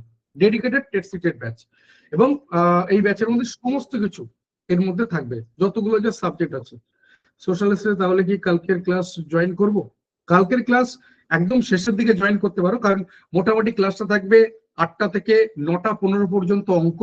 9টা 15-র পর নতুন ব্যাচ নিয়ে জানিয়ে দেওয়া হবে, কারণ এগুলো নতুন ব্যাচে যা কিছু শুধুমাত্র লাইভ ক্লাসের মধ্যেই পাবে, অন্য কোথাও পাবে না। আর একটা লিমিটেড নাম্বার অফ স্টুডেন্ট থাকবে, এমন নয় যে তুমি পেমেন্ট করলেই ভর্তি হতে পারবে, একদম নয়। মানে এখানে একটা লিমিটেড নাম্বার অফ স্টুডেন্ট কিন্তু ভর্তি হতে পারবে। তো সেটা আমি জানিয়ে দেবো, আগামীকাল সবকিছু ডিটেলস জানিয়ে দেবো। তো অবশ্যই লাইভ ক্লাস আমি বলবো যাদের সোশ্যাল সায়েন্স বা অন্য সাবজেক্ট, তাদেরকে বলবো 9টা 15-র পর পর জয়েন করে যাও, 15 মিনিটের জন্য জয়েন করে যাও 9টা 15-র পর। তাহলে তুমি মাস্টার সিক্রেট কোডটাও পেয়ে যাবে, নতুন ব্যাচ সম্পর্কেও পুরোপুরি সবকিছু জেনে যাবে। ঠিক আছে, আশা করি সবার কাছে সবকিছু ক্লিয়ার হলো। আর নেক্সট যেটা বলার, যে এই কয়েকদিনই ক্লাসে দেখো প্রত্যেকদিন অ্যাজিউম করছি, সেগুলো আমি জানি না কতটা কি তোমাদের সাথে ম্যাচ করছে। যে ইংলিশ ক্লাসেও বলেছিলাম, আজকে যে সিডিপি ক্লাস, সেটার জন্য আমি গতকাল বলেছিলাম যে কিভাবে একজন টিচার, ম্যাডাম পড়ালেন যে একজন টিচার, স্যার ম্যাডাম যাই হোক, কিভাবে একজন স্টুডেন্টের মধ্যে এনার্জি চ্যানেলাইজ করে, যে তুমি তোমার কনসেন্ট্রেশন ব্রেক হবে, ম্যাডাম এমন ভাবে ক্লাস করান। এবং আবার বলছি সাবজেক্ট ওয়াইজ আলাদা ফ্যাকাল্টি, যে সোশ্যাল স্টাডিজ যদি বলি, সেক্ষেত্রে যেমন history, geography, polity, economics subject wise আলাদা ফ্যাকাল্টি থাকবে। যিনি হিস্ট্রি পড়াচ্ছেন, হিস্ট্রি তোমরা দেখে নিয়েছো, তিনি জিওগ্রাফি পড়াবেন না, এরকম ব্যাপারটা। এবং একই রকম সায়েন্সের ক্ষেত্রে দুজন আলাদা ফ্যাকাল্টি থাকবে, বায়ো সায়েন্স, ফিজিক্যাল সায়েন্স আলাদা ফ্যাকাল্টি থাকবে, ম্যাথ আলাদা ফ্যাকাল্টি থাকবে। এদিকে যেমন বাংলা, ইংলিশ, তোমার সিডিপি সব আলাদা ফ্যাকাল্টি থাকবে। ওদিকে এনভায়রনমেন্টাল স্টাডিজ যেটা রয়েছে আমাদের, সব ক্ষেত্রে আবারও বলছি আলাদা ফ্যাকাল্টি থাকবে। প্র্যাকটিস ক্লাস থাকবে প্রত্যেক সপ্তাহে, আমি সেই যেগুলো মানে এই পুরো ব্যাপারগুলো আগামীকাল লাইভ ক্লাসে জানিয়ে দেবো। আগামীকাল মোটামুটি 9টা থেকে 8টা থেকে 9টা 15 পর্যন্ত অঙ্ক নিয়ে থাকবো। 9টা 15-র পর এগুলো তোমাদের সাথে লিখিত আকারে শেয়ার করে দেবো, সবকিছু লিখিত আকারে তোমাদের সাথে শেয়ার করে দেবো। মানে কমপ্লিট প্রিপারেশন বলতে যা যা বোঝায়। এবং নতুন ব্যাচের থেকে তোমরা যে কটা জিনিস একদম প্রথমেই যে জিনিসগুলোর মধ্যে পরিবর্তন বুঝতে পারবে, নাম্বার 1 যে মাইক্রোফোন বন্ধ করা থাকবে না। এখনো দেখো মাইক্রোফোন ফোর্স করে বন্ধ করা আছে, তুমি চাইলেও মাইক্রোফোন ওপেন করতে পারবে না, কিন্তু এর পরবর্তীতে মাইক্রোফোন সম্পূর্ণ খোলা থাকবে। তোমার ইচ্ছা মতো তুমি লাইভ ক্লাসে সরাসরি কমিউনিকেট করতে পারবে। যে কোনো প্রবলেম, যে কোনো কোশ্চেন তুমি সরাসরি লাইভ ক্লাসে জিজ্ঞাসা করতে পারবে। তোমার যে কোনো প্রবলেম তুমি লাইভ ক্লাসের মধ্যে কোশ্চেন করতে পারবে। বোঝাতে পারলাম? আর দ্বিতীয় যেটা, সিক্রেট কোড বলে আর কোনো কিছু থাকবে না। অর্থাৎ আগামীকাল যে ক্লাস রয়েছে, আগামীকাল পর্যন্ত সিক্রেট কোড, আগামীকালকে পর সিক্রেট কোড বলে আর কোনো কিছু থাকবে না, সিক্রেট কোড বলে কোনো কিছু থাকবে না। ঠিক আছে, এই রয়েছে। তো চলো আমি এই পর্যন্ত রাখছি।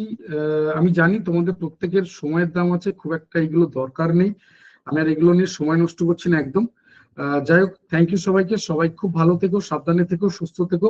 তাদের মনে হচ্ছে দরকার রয়েছে, অবশ্যই লাইভ ক্লাস অ্যাটেন্ড করো। লাইভ ক্লাস ছাড়া কোনো কিছু জানতে পারবে না, কারণ গ্রুপে কোনো কিছু শেয়ার করা হবে না। আবারও বলছি, গ্রুপে কোনো কিছু পাবে না, যে নতুন ব্যাচ সংক্রান্ত ভর্তি বা কিচ্ছু পাবে না। এই ব্যাপারগুলো মাথায় রেখে দিও, কারণ আমি মহামানব নই, আমি তোমার থেকে সাধারণ বা তোমার থেকেও অতি সাধারণ মানুষ, খুব নিম্নমানের, খুব নগণ্য মানুষ। কারণ এই ব্যাপারগুলো তারাই শেয়ার করে, তারাই করে যারা কিন্তু মহামানব হয়। আমি মানবদের দলে পড়ি না, আমি একদম তোমাদের মতো আর তোমাদের থেকেও সাধারণ। তাই এই ব্যাপারগুলো যা কিছু লাইভ ক্লাসের মধ্যে সীমাবদ্ধ থাকবে, লাইভ ক্লাস ছাড়া কোনো কিছু জানতে পারবে না। আর তোমাদের সাথে দেখবে WhatsApp channel, Telegram channel, WhatsApp, ফেসবুকের গ্রুপ, অর্থাৎ 4টে শেয়ার করে রেখে দিয়েছি। ওখানে যাও, যাদের দরকার রয়েছে, প্রচুর ভরে ভরে ইনফরমেশন পাবে এবং জেনুইন, অথেন্টিক। Thank you. সবাই খুব ভালো থেকো, সাবধানে থেকো, সুস্থ থেকো। Good night.